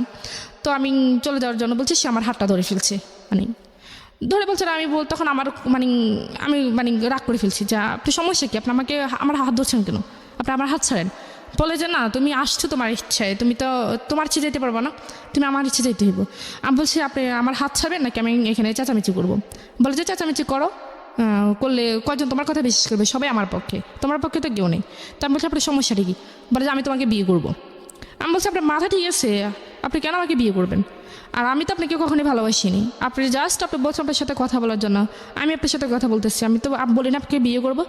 বলে যে আমাকে বিয়ে করতে হবে, আমি তো আমাকে আজ এক্ষুনি বিয়ে করবো, সব কিছু রেডি আছে, তুমি শুধু যাবে, গেলে বিয়েটা হয়ে যাবে। আমি বলছি কখনই না, আমি কখনই বিয়ে করতে পারবো না। বলা যে বিয়ে করবা নাকি আমি তোমার কি জানি বাবা মার মুখে চুনকালি মাখবো। আমি বলছি মাখেন, যা করার আপনি করেন, আপনি আমার হাত ছাড়েন। বলে যে না তুমি এখান থেকে যাইতে পারবে না। তখন সে এক প্রকার আমার সাথে জোরাজোরি করতেছেন। এই বন্ধু বান্ধব সবার সামনে? হ্যাঁ, সবার সামনে সে আমার সাথে জোরাজোরি করতেছে, আমার হাত নিয়ে টানাটানি করতেছে। তার বন্ধুরা তার পক্ষে। আপনার সঙ্গে কেউ ছিল? আমার সাথে কেউ ছিল না, আমি একাই ছিলাম ওইখানে। তো তখন আমি অনেক ভয় পেয়েছি, তখন আমি খুব কানাকাটি করতেছি। তখন ওই আবার ওই কলেজের মাঠেই মনে করেন বিকেল টাইমে খুবই ফাঁকা ছিল, আর আশেপাশে কোনো লোকজন ছিল না যে আমি কাউকে ডেকে মানে আমার সমস্যার কথা বলবো। তখন তার একটা বন্ধু একটা প্রাইভেট কার নিয়ে আসছে, নিয়ে এসে আমাকে মানে টান মেরেই মানে গাড়ির ভিতরে ঢুকিয়ে ফেলছে। ঢুকিয়ে ফেলার পর তখন কি জানি মানে তারপর কী হয়েছে আমি আর জানি না। তখন আমার যখন জ্ঞান আসছে তখন আমি একটা রুমের মধ্যে, একটা বাসার মধ্যে ছিলাম, ফ্যামিলি বাসার মধ্যে ছিলাম। তখন আমার চোখে পানি টানি দিছে, দেওয়ার পর তখন বাড়ি মানে তখন জ্ঞান ফিরছে ঠিকই, কিন্তু আসলে আমি কথা বলার অবস্থার মতো ছিলাম না। তো তারপর ওইখানে একটা মহিলাকে দেখলাম। তো উনি আমাকে বললো যে তুমি ঠিক আছো? তা আমি বলছি আমি কোথায়, আমি বাড়ি যাব, আমাকে বাড়িতে নিয়ে যান। তুমি জানো তুমি কার কাছে আসছো? আমি বলছি যে না। আপনি কে? বলে যে তুমি যে ছেলের সাথে আসছো আমি ওই ছেলের আন্টি হই। তা আমি বলছি দেখেন উনি আমাকে জোর করে এখানে আনছে, আমার আসলে কোনো আসার ইচ্ছে ছিল না, আপনি আমাকে যাওয়ার একটু ব্যবস্থা করে দেন। বলে যে না ওরা তো বিয়ের ব্যবস্থা করতে গেছে, তোমাদের তো নাকি আজকে বিয়ে। আমি বলছি যে না আমার তো বিয়ে করার ইচ্ছা নেই, দেখেন আমার বিয়ে ঠিক হয়ে গেছে, এখানে আমি আসলে থাকতে পারবো না। আর আপনি বোঝার চেষ্টা করেন, আমি তো ওনার সাথে জাস্ট ফ্রেন্ড হিসেবে কথা বলছি। তো বলে যে না তুমি মিথ্যা কথা বলো কেন, আমি তো সব শুনছি। তো নিয়ে আমাকে এড়িয়ে যাইতেছে এভাবে। যাওয়ার পরে তো যাই হোক, এখন ও ছেলে আসছে, আসার পর আমি ওই ছেলের মানে পা ধরে ফেলছি, মানে পা ধরে মাপ চাইতেছি রবিউলের? হ্যাঁ, পা ধরে মাপ চাইতেছি যে আমাকে একটু চলে যেতে দেন, আমার জীবনটাকে এভাবে নষ্ট করিয়েন না। তো সে বলতেছে যে আমার মধ্যে কি নেই, আমি তোমার জীবন কেন নষ্ট করবো, আমি তোমাকে বিয়ে করতে চাই, এমন তো না যে তোমাকে নিয়ে টাইম পাস করতেছি বা তোমাকে নিয়ে কোথাও গিয়ে সময় কাটাতেছি, আমি তো তোমাকে বিয়ে করতে চাই। তো আমার মধ্যে কি এমন নেই যে তুমি আমাকে ভালোবাসো না? তখন আমি বলছি যে আপনি নিজের চেহারাটা একটু আনের মধ্যে গিয়ে দেখছেন, মানে আমি বলছি। বলার পর সে আমাকে একটা থাপ্পড় মারছে ওইখানে, অনেক জোরে একটা থাপ্পড় মারছে। থাপ্পড় মারা আমার খুব কানাকাটি করতেছি। কানাকাটি করার পর বলতেছে যে তুই যদি আমাকে বিয়ে না করস এখানে তুই আমার লাশ দেখবি। আমি বলছি আপনি মরেন যাই করেন এটা আপনার ইচ্ছা, আমি আর আপনার কোনো কথাই আমার মন গলবে না। তখন সে কী করছে, একটা তরকারি কাটার যে ছুরিগুলা ওইগুলা এসে তার হাতের মধ্যে একটা ইয়ে করে দিচ্ছে। হ্যাঁ, তো অনেকগুলো রক্ত বাইরে দিতেছে। তো বাইরে হওয়ার পর মানে আমার তখন খারাপ লাগছে, তখন আমি দৌড়ে গিয়ে তার হাতটা মানে চেপে ধরছি যাতে রক্ত বাইরে না হয়।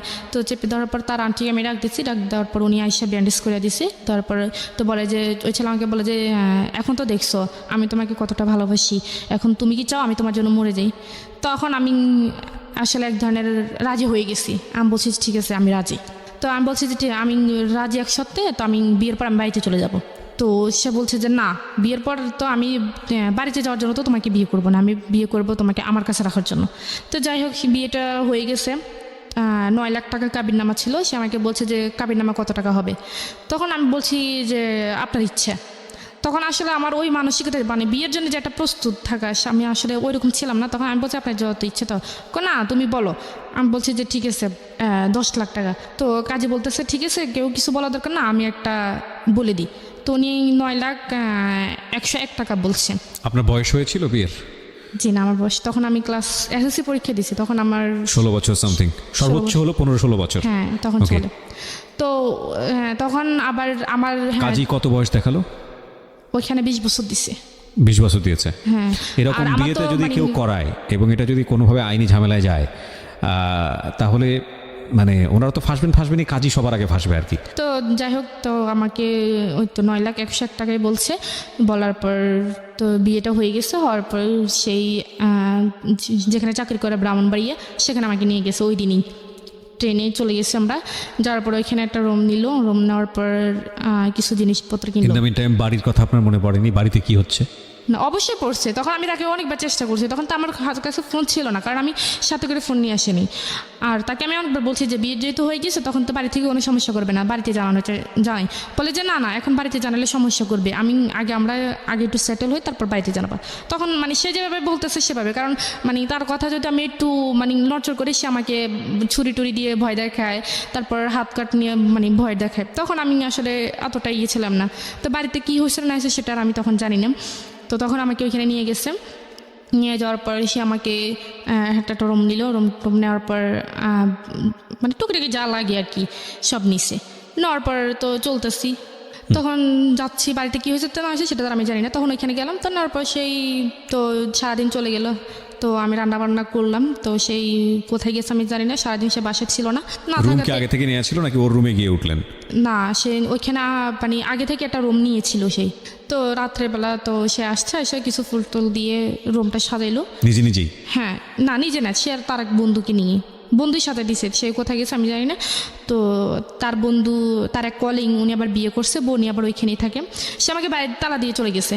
তো আমি সারাক্ষণ রুমের মধ্যে ছিলাম। তো রুমের মধ্যে থাকার পর সে বিকেলের দিকে আসছে, আমাকে বলতেছে তো তুমি রেডি হও। তো আমি বলছি কেন রেডি হবো, কোথায় যাবো? বলে যে আমার এক ফ্রেন্ডে দাওয়াত দিচ্ছে, রাত্রে ওইখানে খাওয়া দাওয়া করবো। তো আমি বলছি আমি রেডি হবো কি? আমি তো তখন আমার তো মানে কিছুই নেই, ইনফ্যাক্ট কিছুই নেই। হ্যাঁ, আমি রেডি হবো কি? সে আমার জন্য একটা শাড়ি কিনলো, 1200 টাকা দিয়ে একটা শাড়ি কিনছে। আর নর্মালি বাসা পড়ার জন্য 2টা 3 পিস কিনছে। তো নিয়ে আসছে। নিয়ে আসার পর সে আমাকে বলছে রেডি হওয়ার জন্য। তো রেডি হয়েছি। রেডিমেডি হয়ে আমরা ওই ফ্রেন্ডের বাসায় গেছি। যাওয়ার পরে ওইখানে খাওয়া দাওয়া করে আমরা আবার রিটার্ন আসছি। ওই ফ্রেন্ডের বাসায় যখন খাওয়া দাওয়া করতে গেছি, তখন বাসাতে মানে আবার খাওয়া দাওয়া করে যখন আবার বাসা আসছি, তখন দেখি ফুল টুল দিয়ে সাজানো রুমটা। তো তখন সে আমাকে, তখন আমি শুয়ে পড়ছি, কারণ মানে আমার মানে টেনশন হইতেছে যে বাড়িতে কী হচ্ছে। তখন আমি এই জিনিসটা টেনশন করতেছি। তখন আমি বারবার তাকে বলতেছি যে বাড়িতে ফোন দেন।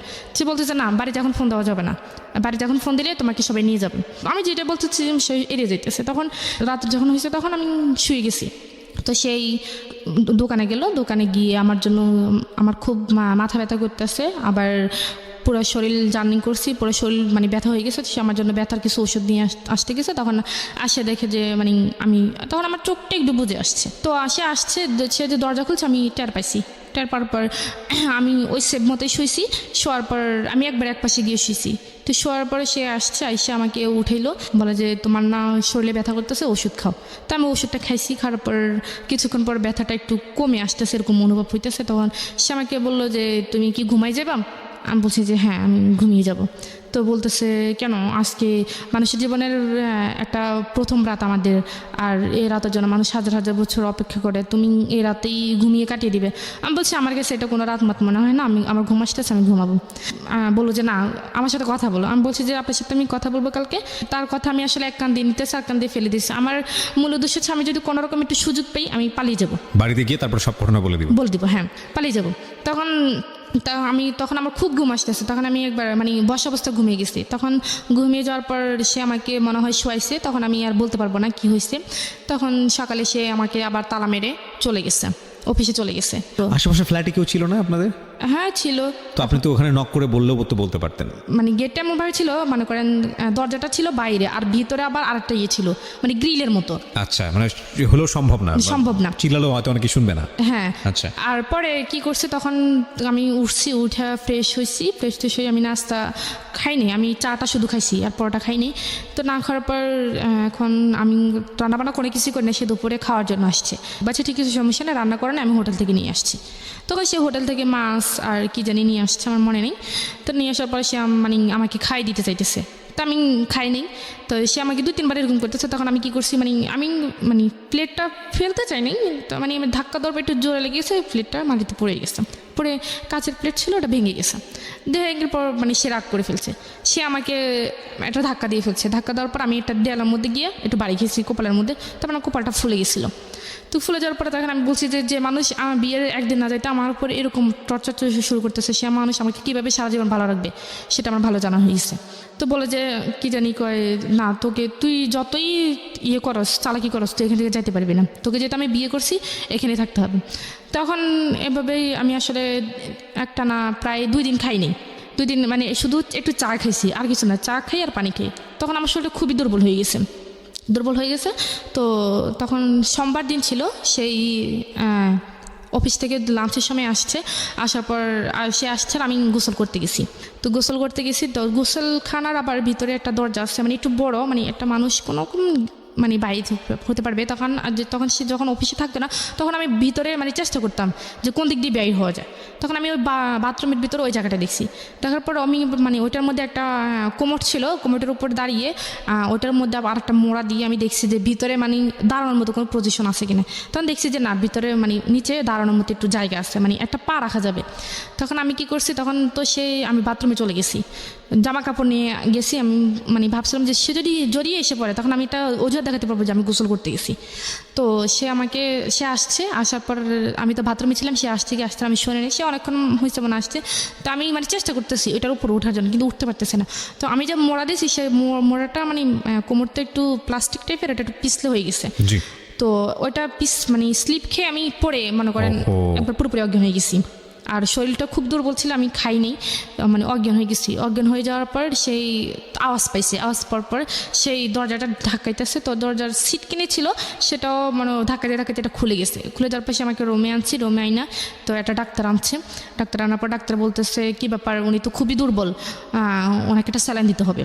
তো বলছে ঠিক আছে স্যালাইন দেন। তো ডাক্তার আমাকে একটা স্যালাইন দিল। স্যালাইন দেওয়ার পর আমার জ্ঞান আসছে, আমার হাতে স্যালাইন দেওয়া, সে আমার পাশে বসে আছে, আমার মাথায় হাত বুলে দিতেছে। তো সে বললো যে তোমার সমস্যা কি, তুমি খাওয়া দাওয়া করো না কেন, তুমি কি মরে যাবে নাকি? আমি বলছি যে হ্যাঁ আমি মরে যাবো। বলা যে তুমি মরে গেলে আমি থাকবো কি করে? তখন বলছে আপনি কীভাবে থাকবেন সেটা তো আমার জানার বিষয় না, যখন আমি আপনার কাছে ছিলাম না তখন তো আপনি ছিলেন, এরকম বলতেছে। তখন মানে আমি সব কথা তার মানে খুব, সে যদি নর্মালি কথা বলে আমি একটু মানে রাগ দেখে কথা বলি। 5-6 দিন চলে যাওয়ার পর সে একদিন রাত করে আসার পর আমি শোয়া ছিলাম, মানে ঘুমিয়েছিলাম আবার ছিলাম, মানে এরকম একটা অবস্থা। সে মনে করেন এক ধরনের আমার উপর জোরাজোরি করতেছে, যেরকম স্বামী স্ত্রীর মধ্যে একটা ফিজিক্যাল রিলেশন যেটা হয় সেটা ওই দিন মানে ওই দিন হয়ে গেছে আপনার অনিচ্ছা সত্ত্বে। হ্যাঁ, আমার অনিচ্ছা সত্ত্বে। So it was rape. Legally যদি এটা বলি, আইনত এটা হচ্ছে রেপ। এবং অনেকের ধারণা নাই, আপনাদের সবার অবগতির জন্য জানাচ্ছি, সেটা হচ্ছে যে অনেকেই মনে করেন যে বিয়ে করার পরে এই ধরনের সম্পর্ক এটা রেপ হয় না। কিন্তু বাংলাদেশের নারী নির্যাতন আইন অনুযায়ী আপনারা যদি ইন ডিটেলে যান তাহলে বিবাহোত্তরও রেপ হয়, এবং স্ত্রীর অনিচ্ছা সত্ত্বে যদি এই ধরনের কোনো অ্যাক্টিভিটিসের মধ্যে যাওয়া হয় তাহলে সেটা রেপের পর্যায়ে পড়ে, এবং এটার জন্য কিন্তু চাইলে স্ত্রী আইনত অ্যাকশনও নিতে পারেন। So it was rape actually. Okay, তারপর সে আমার সাথে জোরাজোরি করে এরকম সেদিন 3 বার সে আমার সাথে ফিজিক্যাল রিলেশন করছে। তো তখন আমি এক পর্যায়ে মানে নিস্তেজ হয়ে গেছি, বাট আমার কোনো হুঁশ ছিল না।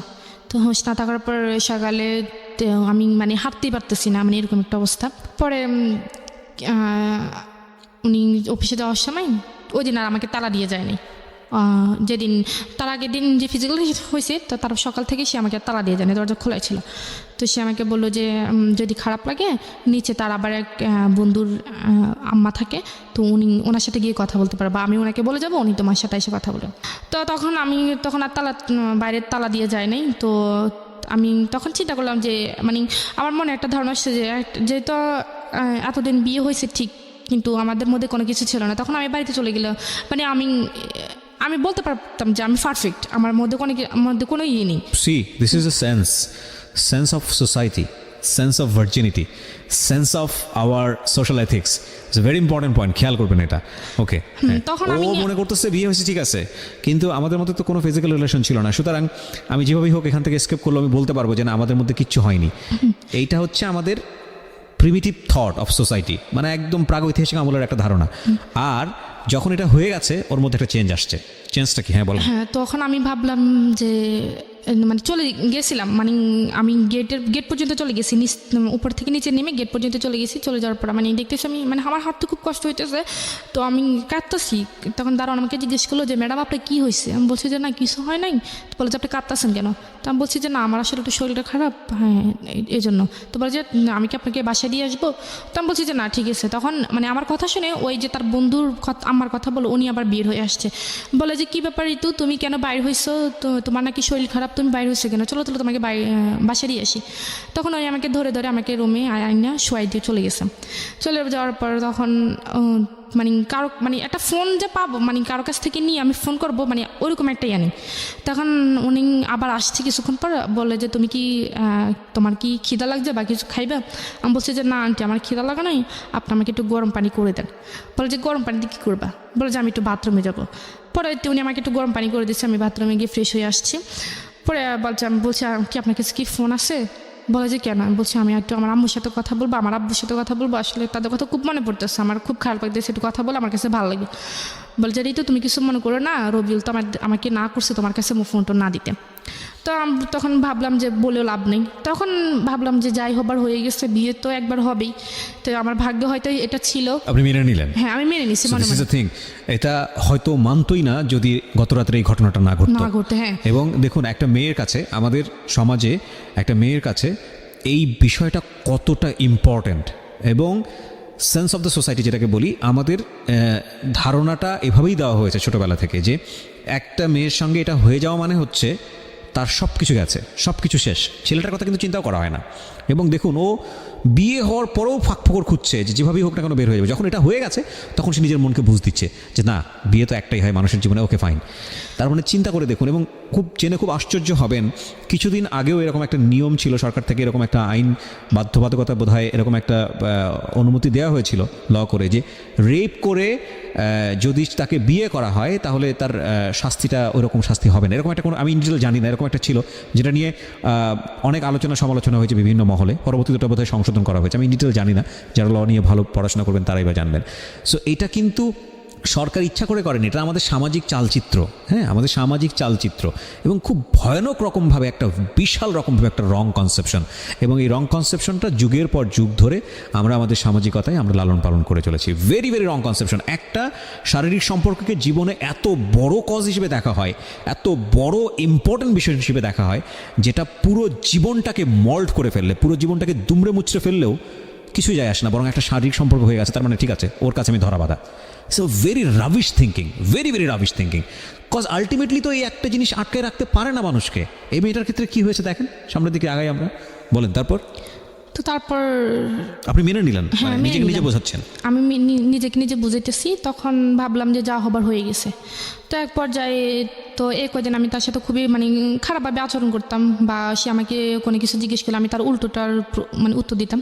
তো আজকে আসার পর আমি রান্নাবান্না করছি, রান্নাবান্না করে তারপর গোসল টোসল করে ঘরটার মুছে টুছে আমি বসে রয়েছি, সে আসলে একসাথে খাবো। তো সে আসার পর আমরা একসাথে খাইছি। খাওয়ার পর সে বলতেছে তোমার তো মন খারাপ, চলো আমরা একটু ঘুরতে যাই। তো বলছে কোথায়? বলে যে এখানে একটা নদী আছে, ওইখানে নদীতে বিকেলবেলা সবাই ঘুরতে যায়, তো চলো তোমাকে নিয়ে একটু ঘুরতে যাই। তারপর তো আসলো ঘুরতে গেলাম। হ্যাঁ, ঘুরতে যাওয়ার পর ওইখানে সবাই মানে তার পরিচিত যারা আছে সবাই জিজ্ঞেস করতেছে হ্যাঁ কে রে রবিউল, এটা কে? তো বলতেছে তো তোর ভাবি টাবি পাইছে।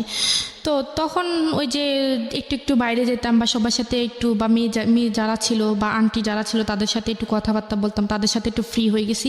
তখন একদিন আমাকে এক আফু, মানে উনি আমার সিনিয়র অনেক, উনি আমাকে একদিন বলে ঋতু তোমাকে আমি একটা কথা বলবো, তুমি কিছু মনে করবে না তো? বলে যে তুমি আসলে রবিউল তো তোমার হাজব্যান্ড, এখন তুমি বললে হয়তো তোমার মন খারাপ হতো। আমি বলছি সমস্যা না, আপনি বলেন। বলে যে দেখো তোমরা একসাথে চলাফেরা করো, আসলে তোমার সাথে আসলে তোমরা দুজনকে একসাথে মানায়, তুমি কোথায় রবিউল কোথায়, মানে ওর নামে বিভিন্ন রকমের কথা বলতেছে। তখন আমার কাছে আসলে খারাপ লাগতো, কেন এই কথা বলবে? তো তখন একটা দিক যখন আমি ওকে মন থেকে মেনে নিয়েছিলাম যে আমার যেহেতু বিয়েটা হয়ে গেছে, তখন যা হবার আসো হবে, তখন আমি পুরোপুরিভাবে ওকে মানে ভালোইবাসছি, যে মানে পুরোপুরিভাবে ওর প্রতি দুর্বল হয়ে গেছি। তো তখন আমি ওকে বললাম যে দেখেন আপনি অফিস থেকে ছুটি নিতে পারবেন? তো বলে যে কেন? আমি বলছি আপনি আগে নেন, তারপর আমি বলতেছি। তাকে আমি 3 মাস বাসায় রাখছি। 3 মাস বাসায় রাখছি বলতে মানে যাতে কেউ কিছু বলতে না পারে, বা তার স্বাস্থ্যের দিক থেকে, তার মানে ফেসের দিক থেকে, বা তার ও সব দিক আচ্ছা আচ্ছা, মানে আপনি তাকে তৈরি করতেছেন আপনার ফ্যামিলির জন্য, যাতে হ্যাঁ, করে আমার আপনি ফ্যামিলির তাকে জন্য। নিয়ে ফ্যামিলিতে কারণ ফেস বাইরের করতে মানুষ যেহেতু এরকম বলতেছে, তারা আমার ফ্যামিলি তো কখনো মেনে নিবে না। তখন আমি তাকে মানে ডাক্তারের সাথে কথা বলে বিভিন্ন রকমের রুচিকর, যাতে রুচি হয় খাবার, ওষুধ বা পুষ্টিকর যে খাবারগুলো আছে একটা মানুষ বা ভালো মতো ইয়ে হওয়ার জন্য, সবগুলোই আনছি। তো 1 মাস যখন হয়ে গেছে, এখন ও তো চাকরি করে না, এখন 1 মাস একটা মানুষ 1 মাস বসে বসে খেলে কতদিন যায়, আর ওর তো কোনো এক্সট্রা কোনো টাকা নেই। তো আমি কি করছি, ওই যে ঢাকায় থাকাকালীন যে রিয়ার কথা বললাম, তো রিয়ার কাছে আমি ফোন দিলাম, পরে রিয়াকে আমি সব কিছু বলছি। বলার পর আমি বলছি যে দেখ, তুই এটা কারোর কাছে বলিস না, এখন আমি একটু সমস্যা আছি, আমার কিছু টাকা লাগবে। তো বলে যে কত টাকা? তা আমি বলছি 10-15 হাজার টাকা হলে হবে। একটা বিকাশ নাম্বার দিয়ে সে আমাকে 15 হাজার টাকা পাঠাইছে।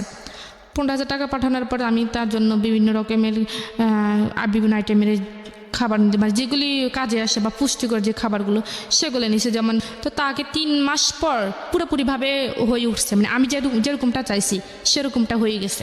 তো 3 মাস পরে তখন থেকে মনে করে আমাদের সংসারটা খুবই একটা সুখী সংসার। সেও আমাকে প্রচণ্ড ভালোবাসে, আমিও তাকে প্রচণ্ড ভালোবাসি। এখন এই ভালোবাসা দিয়ে একটা হ্যাপি ফ্যামিলি আমাদের। তো এর মধ্যে আমি তাকে বললাম যে দেখেন, আমার তো বিয়ে কিন্তু 1 বছর চলে গেছে এভাবে। তো চলে যাওয়ার পর আমি বললাম, 1 বছর পর বললাম যে আমি তো এসএসসি পরীক্ষার তো আমার ভালো একটা রেজাল্ট আসছে, তো আমি ইন্টারে ভর্তি হইতে চাই। এই 1 বছরের মধ্যে আপনি কোনো যোগাযোগ করেননি বাড়িতে? না, কোনো যোগাযোগ করিনি। ওর লেখাপড়া কতদূর ছিল? উনি মাস্টার্স কমপ্লিট করছে। ওকে, রবিউল মাস্টার্স কমপ্লিট করা। ওকে, বাচ্চাদের পড়ার জন্য তো অন্তত আমার কিছু জানা দরকার। বলে যে না, সেটা যতটুকু জানা অতটুকুই এনাফ। তো আমি বলছি ঠিক আছে, এখন সে যেভাবে বলতেছে সেভাবেই। তো এভাবেই চলতেছে। 1.5 বছর চলে যাওয়ার পর তখন আমি হঠাৎ মনে করেন আমার ফিওর হচ্ছে না প্রায় 2 মাস ধরে। জি। তো আমি একটু টেনশনে আছি। তো তারপর হচ্ছে, তখন আমি একটু টেনশনে পড়ে গেছি। তখন আমি ওকে জানাইনি। তো না জানানোর পর আমি নিজে নিজে একটা ডাক্তারকে গেছি। তো বললো যে আপনি তো প্রেগনেন্ট। তো আমি বললাম না, এটা সম্ভব না, আমি এখন এই মুহূর্তে বাচ্চা নিতে চাই না। আচ্ছা। তো বলে যে কেন আপনাদের, বলে যে আপনি কি বাচ্চা আছে? আর আমি বলছি যে না, আমাদের বাচ্চা নেই, তো এটা প্রথম, তবে আমি এখন বাচ্চা নিতে চাই না। তো বলছে এটা আপনার হাজব্যান্ড জানে? তখন ও কিন্তু এটা জানে না। তো আমি বলছি যে হ্যাঁ, এটা ও জানে, ও নিতে চাচ্ছে না। তো আমি বলছি যে তাহলে, তো বলে যে তাহলে এটা যদি রাখতে না চান, তাহলে যত তাড়াতাড়ি সম্ভব এটাকে অ্যাবর্শন করতে হবে। বলছে আপনি এই অ্যাড্রেসে চলে যান, ওনারা যা করার করে দিবেন। মানে এটা করার পরে একটু অসুস্থ ছিলাম, পরে এভাবে চলতে ভালোই আছি, ভালোই। তারপর আমি আবার প্রেগনেন্ট। সেকেন্ড টাইম কনসেপ্ট করলেন? হ্যাঁ, করার পর সেটা আমি তাকে জানাইছি। প্রথমবারের কথা তো আমি তাকে জানাইনি। দ্বিতীয়বার যখন হয়েছে তখন আমি তাকে জানাইছি। তখন আমার 3 মাস হয়ে গেছে। 3 মাস হয়ে যাওয়ার পর তো বলছে না, আমি তো এখন বাচ্চা চাইতেছি না, কারণ আমি তোমাকে তো এখন আমাদের বাড়িতে নিয়ে যাইনি। এখন যদি বাচ্চা হয়ে যায় তখন মানুষ কি বলবে? আমি এখন বাচ্চা, তুমি যেটা যা করো তাড়াতাড়ি করো। তখন ডাক্তার কাছে আসছি। ডাক্তার কাছে আসছে তো আবার ওই ভাবি আমার বলছে যে একটা হোমিও ডাক্তার আছে, ওইখানে গেলে হোমিও কিছু ওষুধ দিলে ওইটা নাকি হয়ে যায়। যাই হোক, আপনি এটাকে অ্যাবর্শন করেছেন না করেন নাই? না, করিনি। সেকেন্ড টাইমটা কি আপনার বেবি? হ্যাঁ। ওকে, তারপর? হ্যাঁ, তারপর যাই হোক, এটা অনেকবার ইয়ে করছি। তো ট্রাই করছেন অ্যাবর্শন করার জন্য? হ্যাঁ, অনেকবার ট্রাই করছেন কিন্তু হয়নি। মানে এটা করতে গিয়ে আমি নিজে মরে যেতেছি। তো পরে তারপর যাই হোক, এটা হয়ে তখন থেকে সে আমার উপর আমার সাথে খুব খারাপ ব্যবহার করতেছে। তারপর সে আমাকে বিভিন্ন রকমের এক কথা 2 কথা ভালো কথা বলে সে আমার সাথে খারাপ ব্যবহার করে। আর আমার বাপ মা নিয়ে সে আমাকে গালিগালাজ করে। তো করার পর হঠাৎ করে চেঞ্জটা দেখলেন শুধু এই কনসেপ্টটা করার পরেই? হ্যাঁ, কনসেপ্টটা করার পরেই চেঞ্জটা দেখি। নার পর ওই আমরা যে রুমে থাকতাম, যেখানে থাকতাম, সেখান থেকে পানিটা নিয়ে যে আনতে হয় সেটা একটু দূরে, ঠিক আছে নি? তো আমার বেবি যখন 7 মাসের প্রেগনেন্ট আমি, তখন বালতি ভরে ভরে, অনেক বড় বড় বালতি ভরে ভরে ওইখান থেকে পানি আনতে হয়। তো সেটা আমার জন্য খুবই বিপজ্জনক। সব যে দেখে সে বলে যে তুমি এই কাজ করো কেন?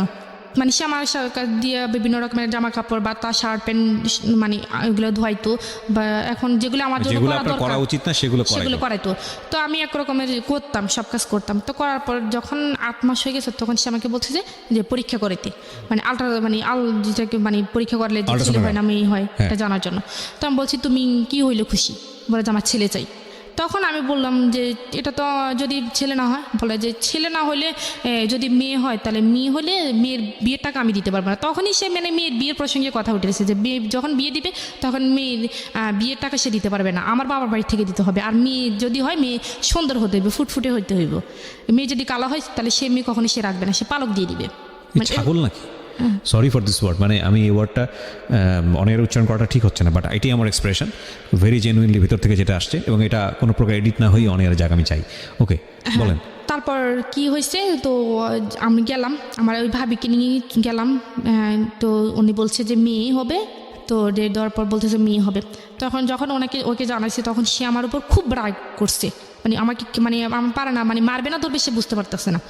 তো পরে ও মাস্টার্স পাস ছিল, রাইট? হ্যাঁ, এটা তোর জানা উচিত, ছেলে মেয়ে হওয়ার ব্যাপারটা তো মেয়েদের উপর নির্ভর করে, তো এটা জানি না সম্পূর্ণই আমি। ছেলেদের উপরে। তবে সে আমাকে তখন সে তখন বলতেছে, যখন শুনছে যে আমার মেয়ে হবে তখন সে আমার বাড়িতে আস্তে আস্তে যোগাযোগ করার চেষ্টা করতেছে। তখন সে আমাকে প্রথমে আমার আম্মুর কাছে ফোন দিচ্ছে, তো আমার আম্মু এটা সে নিজে ফোন দিয়েছে? হ্যাঁ, সে নিজে ফোন দিচ্ছে। আচ্ছা, তো ফোন দেওয়ার পর সে বিস্তারিত জানো যে যা হওয়ার হয়ে গেছে, এখন আপনারা মেনে নেন। তখন আমার আম্মু এটা অ্যালাউ করে নাই যে আমার মেয়েকে পাঠিয়ে দাও, তোমার আসার দরকার নেই, আমরা আমার মেয়েকে অ্যাকসেপ্ট করবো, কিন্তু তোমাকে তো আমরা অ্যালাউ করবো না। তখন আসে আমার আব্বুকে ফোন দিচ্ছে, তো আমার আব্বুকে ফোন দিচ্ছে, আমার আব্বুর কাছে সে খুব কান্নাকাটি করছে, আমিও খুব কান্নাকাটি করছি। করার পর আমার আব্বু বলছে ঠিক আছে আমি ব্যবস্থা করতেছি। তো সে বলতেছে দেখেন ঋতু তো মানে আপনার প্রেগনেন্ট বা ওর তো বেবি হবে, এখানে তো দেখাশোনার মতো করার মতো কেউ নেই, এখন আমাদের বাড়িতে ওকে নিয়ে যেতে পারি নেই, তো ওকে এখানে কে দেখবে, আপনারা যদি চান তাহলে ও প্রথম বাচ্চাটা আপনাদের এখানেই হোক। তো আমার আব্বু বলছে ঠিক আছে আমি ব্যবস্থা করতেছি। তখন আমার আব্বুর আসার সময় হয়েছে, তো আমার আব্বু আসবে, তা বলছে ঠিক আছে আমি বাড়িতে যাই ঋতুর আম্মুর সাথে কথা বলে দেখতেছি। তো দেশে বা আমার আব্বু বাড়িতে আসছে, আমার আম্মুর সাথে কথা বলে আমার আম্মু কোনোরকম মানানোর পর তো আমরা গেলাম। এর আগে এখানে একটা ঘটনা হয়েছে যে আমি যে বললাম না যে একটু দূর থেকে পানি আনতে হয়, তো আমি বললাম যে আমরা এখানে থাকবো, টাকা দিয়ে থাকবো, আমরা তো এখানে মানে টাকা ছাড়া থাকতেছে না, তাহলে তুমি একটা ভালো দেখে একটা রুম নাও যেখানে পানিটা নিয়ে একটু কাছে পাওয়া যায়, তো আমি এখানে থাকবো না। তো বলে যে আমি যেখানে থাকবো তুই সেখানে থাকতে হবে। তখন থেকে সে আমাকে তুই করে ব্যবহার করে, তুইও সেখানে থাকতে হবে, আর না থাকলে তুই চলে যা। তা আমি বলছি আমি এই অবস্থা কোথায় যাব। তখন এক কথা দিকে আমি বলছি যে মানে একটু বেশি হয়ে গেছে যে আমি এখানে থাকবোই না, আমি এখানে চলে যাব, আমি কি এখানে টাকা ছাড়া থাকি নাকি। তখন সে আমাকে অফিস থেকে দুপুরবেলা খাইতে আসছে, তার কোমরে একটা বেল্ট ছিল, সে বেল্ট দিয়ে এই প্রেগনেন্ট অবস্থা আমাকে খুব মারছে, কেউ এসে আমাকে ধরে নেই, দরজা বন্ধ করে সে আমাকে খুব মারছে। মারার পর আমি শুয়েছিলাম, তো আমি শোয়ার থেকে উঠতে পারতেছি না। তো ওই ভাবিটা আসছে, ভাবিটা মানে উনি ছিল না, রবিউল ছিল না, তো শুধু এই মেয়ে সন্তানকে কেন্দ্র করেই আপনাদের মধ্যে এই ধরনের আচরণ? হ্যাঁ। তখন আমার বেবি হওয়ার এক সপ্তাহ আগে আমাকে বাড়িতে দিয়ে আসার পর বাড়িতে যাওয়ার পরে রিয়াকশনটা কি দাঁড়ালো? এতদিন পরে বাড়িতে গেলেন, কয় বছর পরে বাড়িতে গেলেন? এই তো 3 বছরের মাথায় বাড়িতে গেছি। 3 বছরের মাথায় ওই যে আপনাকে কিডন্যাপ করে নিয়ে গেল, এটা তো কিডন্যাপ, অফকোর্স কিডন্যাপ। এবং তারপরে 3 বছর ধরে এইরকম একটা মানুষের সঙ্গে তখন থেকে তো বাড়িতে সবাই আমাকে দেখতে আসছে, মনে করেন বাড়িতে গ্রামের বাড়িতে যেটা হয় আর কি, বিশেষ করে তো যা হওয়ার সবাই নানা কথা বলতেছে। যাই হোক পরে ওকে দেখছে, দেখার পর ওনাদের পছন্দ এখন না হলেও মেনে নিতে হবে, কারণ আপনার বাবু চলে আসছে পেটে। চলে এসছে। হ্যাঁ, তখন আমাদের বাড়িতে যেমন আমরা বৃহস্পতিবারে গেছি, তো উনি শুক্রবারে চলে আসছে, ওনাদের বাড়িতে চলে গেছে। ওনাদের বাড়িতে যাওয়ার পর আমার আব্বু বলছে যে এটা যত তাড়াতাড়ি সম্ভব ওনাদের ফ্যামিলি জানতে, তো ওনাদের ফ্যামিলিকে জানাইছে, জানানোর পর ওনার ফ্যামিলি বলছে ঠিক আছে সমস্যা নেই, আমরা নিয়ে আসবো, বেবি হওয়ার পর আমরা বেবি এবং বেবি মাকে দুজনকে একসাথে নিয়ে আসবো। তো আমার আম্মু মানে ও এমন একটা মানুষ যে মনে করেন যদি কাউকে ওর ভালো লাগে তাকে এমনভাবে সে বশ করবে যে মানে ও চায় যে মানে ও মনে করে যে ওর মানে যেমন আমাকে দ্বারা যদি ওর কোনো উপকার আসে বা ওর কোনো কাজে লাগে, যে আমাকে এমনভাবে বশ করবে যে আমি ওর কি ছাড়া কোনো কিছু বুঝবো না, মানে রবিউল হ্যাঁ এরকম একটা টাইপের ছিল। তো ও আমার আম্মুর সাথে কথাবার্তা বলতে বলতে ও আমার আম্মুকে মনে করেন খুবই ইমোশনাল করে ফেলছে, যে আমার আম্মু বসতে গেলেও ওকে ঢাকে, মানে শুইতে গেলেও ওকে ডাকে, মানে এরকম একটা অবস্থা। এখন আমি যে ওনার মেয়ে এটা আমার আম্মু ভুলে গেছে। তো পরে কি যাই হবে, তো আমার আম্মাকে বলে গেছে যে বাচ্চা যদিও মানে চেষ্টা করার জন্য যে নর্মালি বাচ্চাটা হওয়ার জন্য, সিজারে যেতে পারছে না। তো সে যাওয়ার সময় আমার আম্মাকে একটা কথা দিয়ে যায় নাই কোনো মানে বা বাচ্চা হলে বা কী আসে বিষয়। তো যেদিন আমার বাচ্চা হওয়ার আগের দিনই মানে আমার ব্যথা শুরু হয়েছে, সেদিন আমি কি জানাইছি যে দেখো আমার এরকম অবস্থা, তুমি আমি একটু ফোন টোন দিও। তখন আমার বাবু হয়েছে রবিবারে 11টায়, আর ওকে আমি জানাইছি শুক্রবারে। আচ্ছা, শুক্রবার চলে গেছে, রাত গেল, শনিবার দিন গেল, রবিবারের দিন হয়েছে, শুক্রবারে জানিয়েছেন কেন? রবিবারে কেন জানাননি? মানে শুক্রবারে পরে তো রবিবার হয়েছে, মানে তার আগে রবিবারের আগে শুক্রবারে জানাইছি। বাচ্চাটা কবে হয়েছে? রবিবারে। হ্যাঁ। ও জেনেছে কবে? মানে ও তো মানে আমি বলি আমার যখন মানে বাচ্চা হওয়ার আগে যে ব্যথাটা যেটা হয় আর কি, ওই সময় জানিয়েছেন? হ্যাঁ ওই সময় আমি জানিয়েছি, সেটা শুক্রবার থেকে শুরু হয়েছে। আচ্ছা আচ্ছা, তো বাচ্চা হওয়ার পরে কি সঙ্গে সঙ্গে সে জানছে? হ্যাঁ না, সঙ্গে সঙ্গেই জানছে, যেটা আমাদের বাড়ি থেকে সে জানাইছে। কিন্তু সে তার মানে বাচ্চা হওয়ার আগ পর্যন্ত সে আমাকে একটাবার ফোন দিল না যে আমি বেঁচে আছি নাকি মরে গেছি। আচ্ছা, তো আমার ব্যথা দেখে আমার আব্বু খুবই কান্নাকাটি করতেছে, তো আমার আব্বু বলতেছে আমার মেয়েকে আমি এভাবে রাখবো না, আমি ওইটাকে হাসপাতালে নিয়ে চলে যাবো। তখন সে আমাকে হাসপাতালে নিয়ে সিজার করাছিল। তো সিজার আমার বেবিটা হয়। তো বেবিটা হওয়ার পর আমার বেবি মাশাআল্লাহ খুবই সুন্দর হয়েছিল।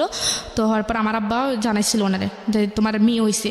তা ও আমার আব্বাকে বলে যে মেয়ে কালো হয়েছে না সুন্দর হয়েছে। প্রথম কোশ্চেন ছিল এটা। হ্যাঁ, মানে মেয়ের মা সুস্থ আছে বা মেয়ে সুস্থ আছে কিনা সেটা জানতে চায়নি, সে প্রথমে জানাইছে মেয়ে কালো হয়েছে না সুন্দর হয়েছে। তখন আমার আব্বু এখানে একটা রাগ মানে রেগে গেছে যে এটা কেমন কথা যে মেয়ে কালো হয়েছে না সুন্দর হয়েছে। তখন আমার আব্বু ওর সাথে মানে রাগ করে 2-3 কথা বলে না। তখন আমার সাথে যোগাযোগ হয়েছে, সে আমার সাথে কথা বলে না। আমি তো হাসপাতালে ছিলাম। তো তখন কোরবানি ঈদের 5 দিন আগে আমার মেয়ে হয়েছে। তো কোরবানি ঈদের ছুটি হয়েছে, ছুটি হওয়ার পর মনে করেন সে ছুটি পাইছে। তো ছুটি মানে কোরবানি ঈদের মেয়ে হওয়ার 2 দিন পর সে বাড়িতে আসছে। আচ্ছা, বাড়িতে আসার পর সে আমার মেয়েকে একবার দেখতে আসেনি, মানে সে বাড়িতে চলে গেছে। তো আমি তাকে বারবার ফোন দিই যে মেয়েকে দেখতে আসার জন্য, দেখে আসার জন্য। তো মেয়ে সে বলে যে না আমি একবার ঈদের পরে গিয়ে মেয়েকে দেখে আসবো। তো আমি বলছি মানুষ মেয়ের মানে বাচ্চা হইলে বা বাবু হইলে মানুষ সঙ্গে সঙ্গে তার মেয়েকে আগে দেখতে আসে, বা ছেলে হোক মেয়ে হোক যেটাই হোক আগে দেখতে আসে, কিন্তু তুমি তো আসলা না। বলে যে আমার যদি আমি কেন যাইনি তুই জানোস? আমি কি কেন? বলে যে আমার যদি ছেলে হইতো না আমি গরু জবাই করে সবাইকে নিয়ে ফুর্তি করতাম, কিন্তু মেয়ে হয় না দেখে আমি মেয়েকে দেখতে জানি। সে আমাকে ডিরেক্টলি এভাবে বলছে। তো বলার পর আমি তখন খুব কানাকাটি করছি। তো আমি কেমন কথা এটা আবার?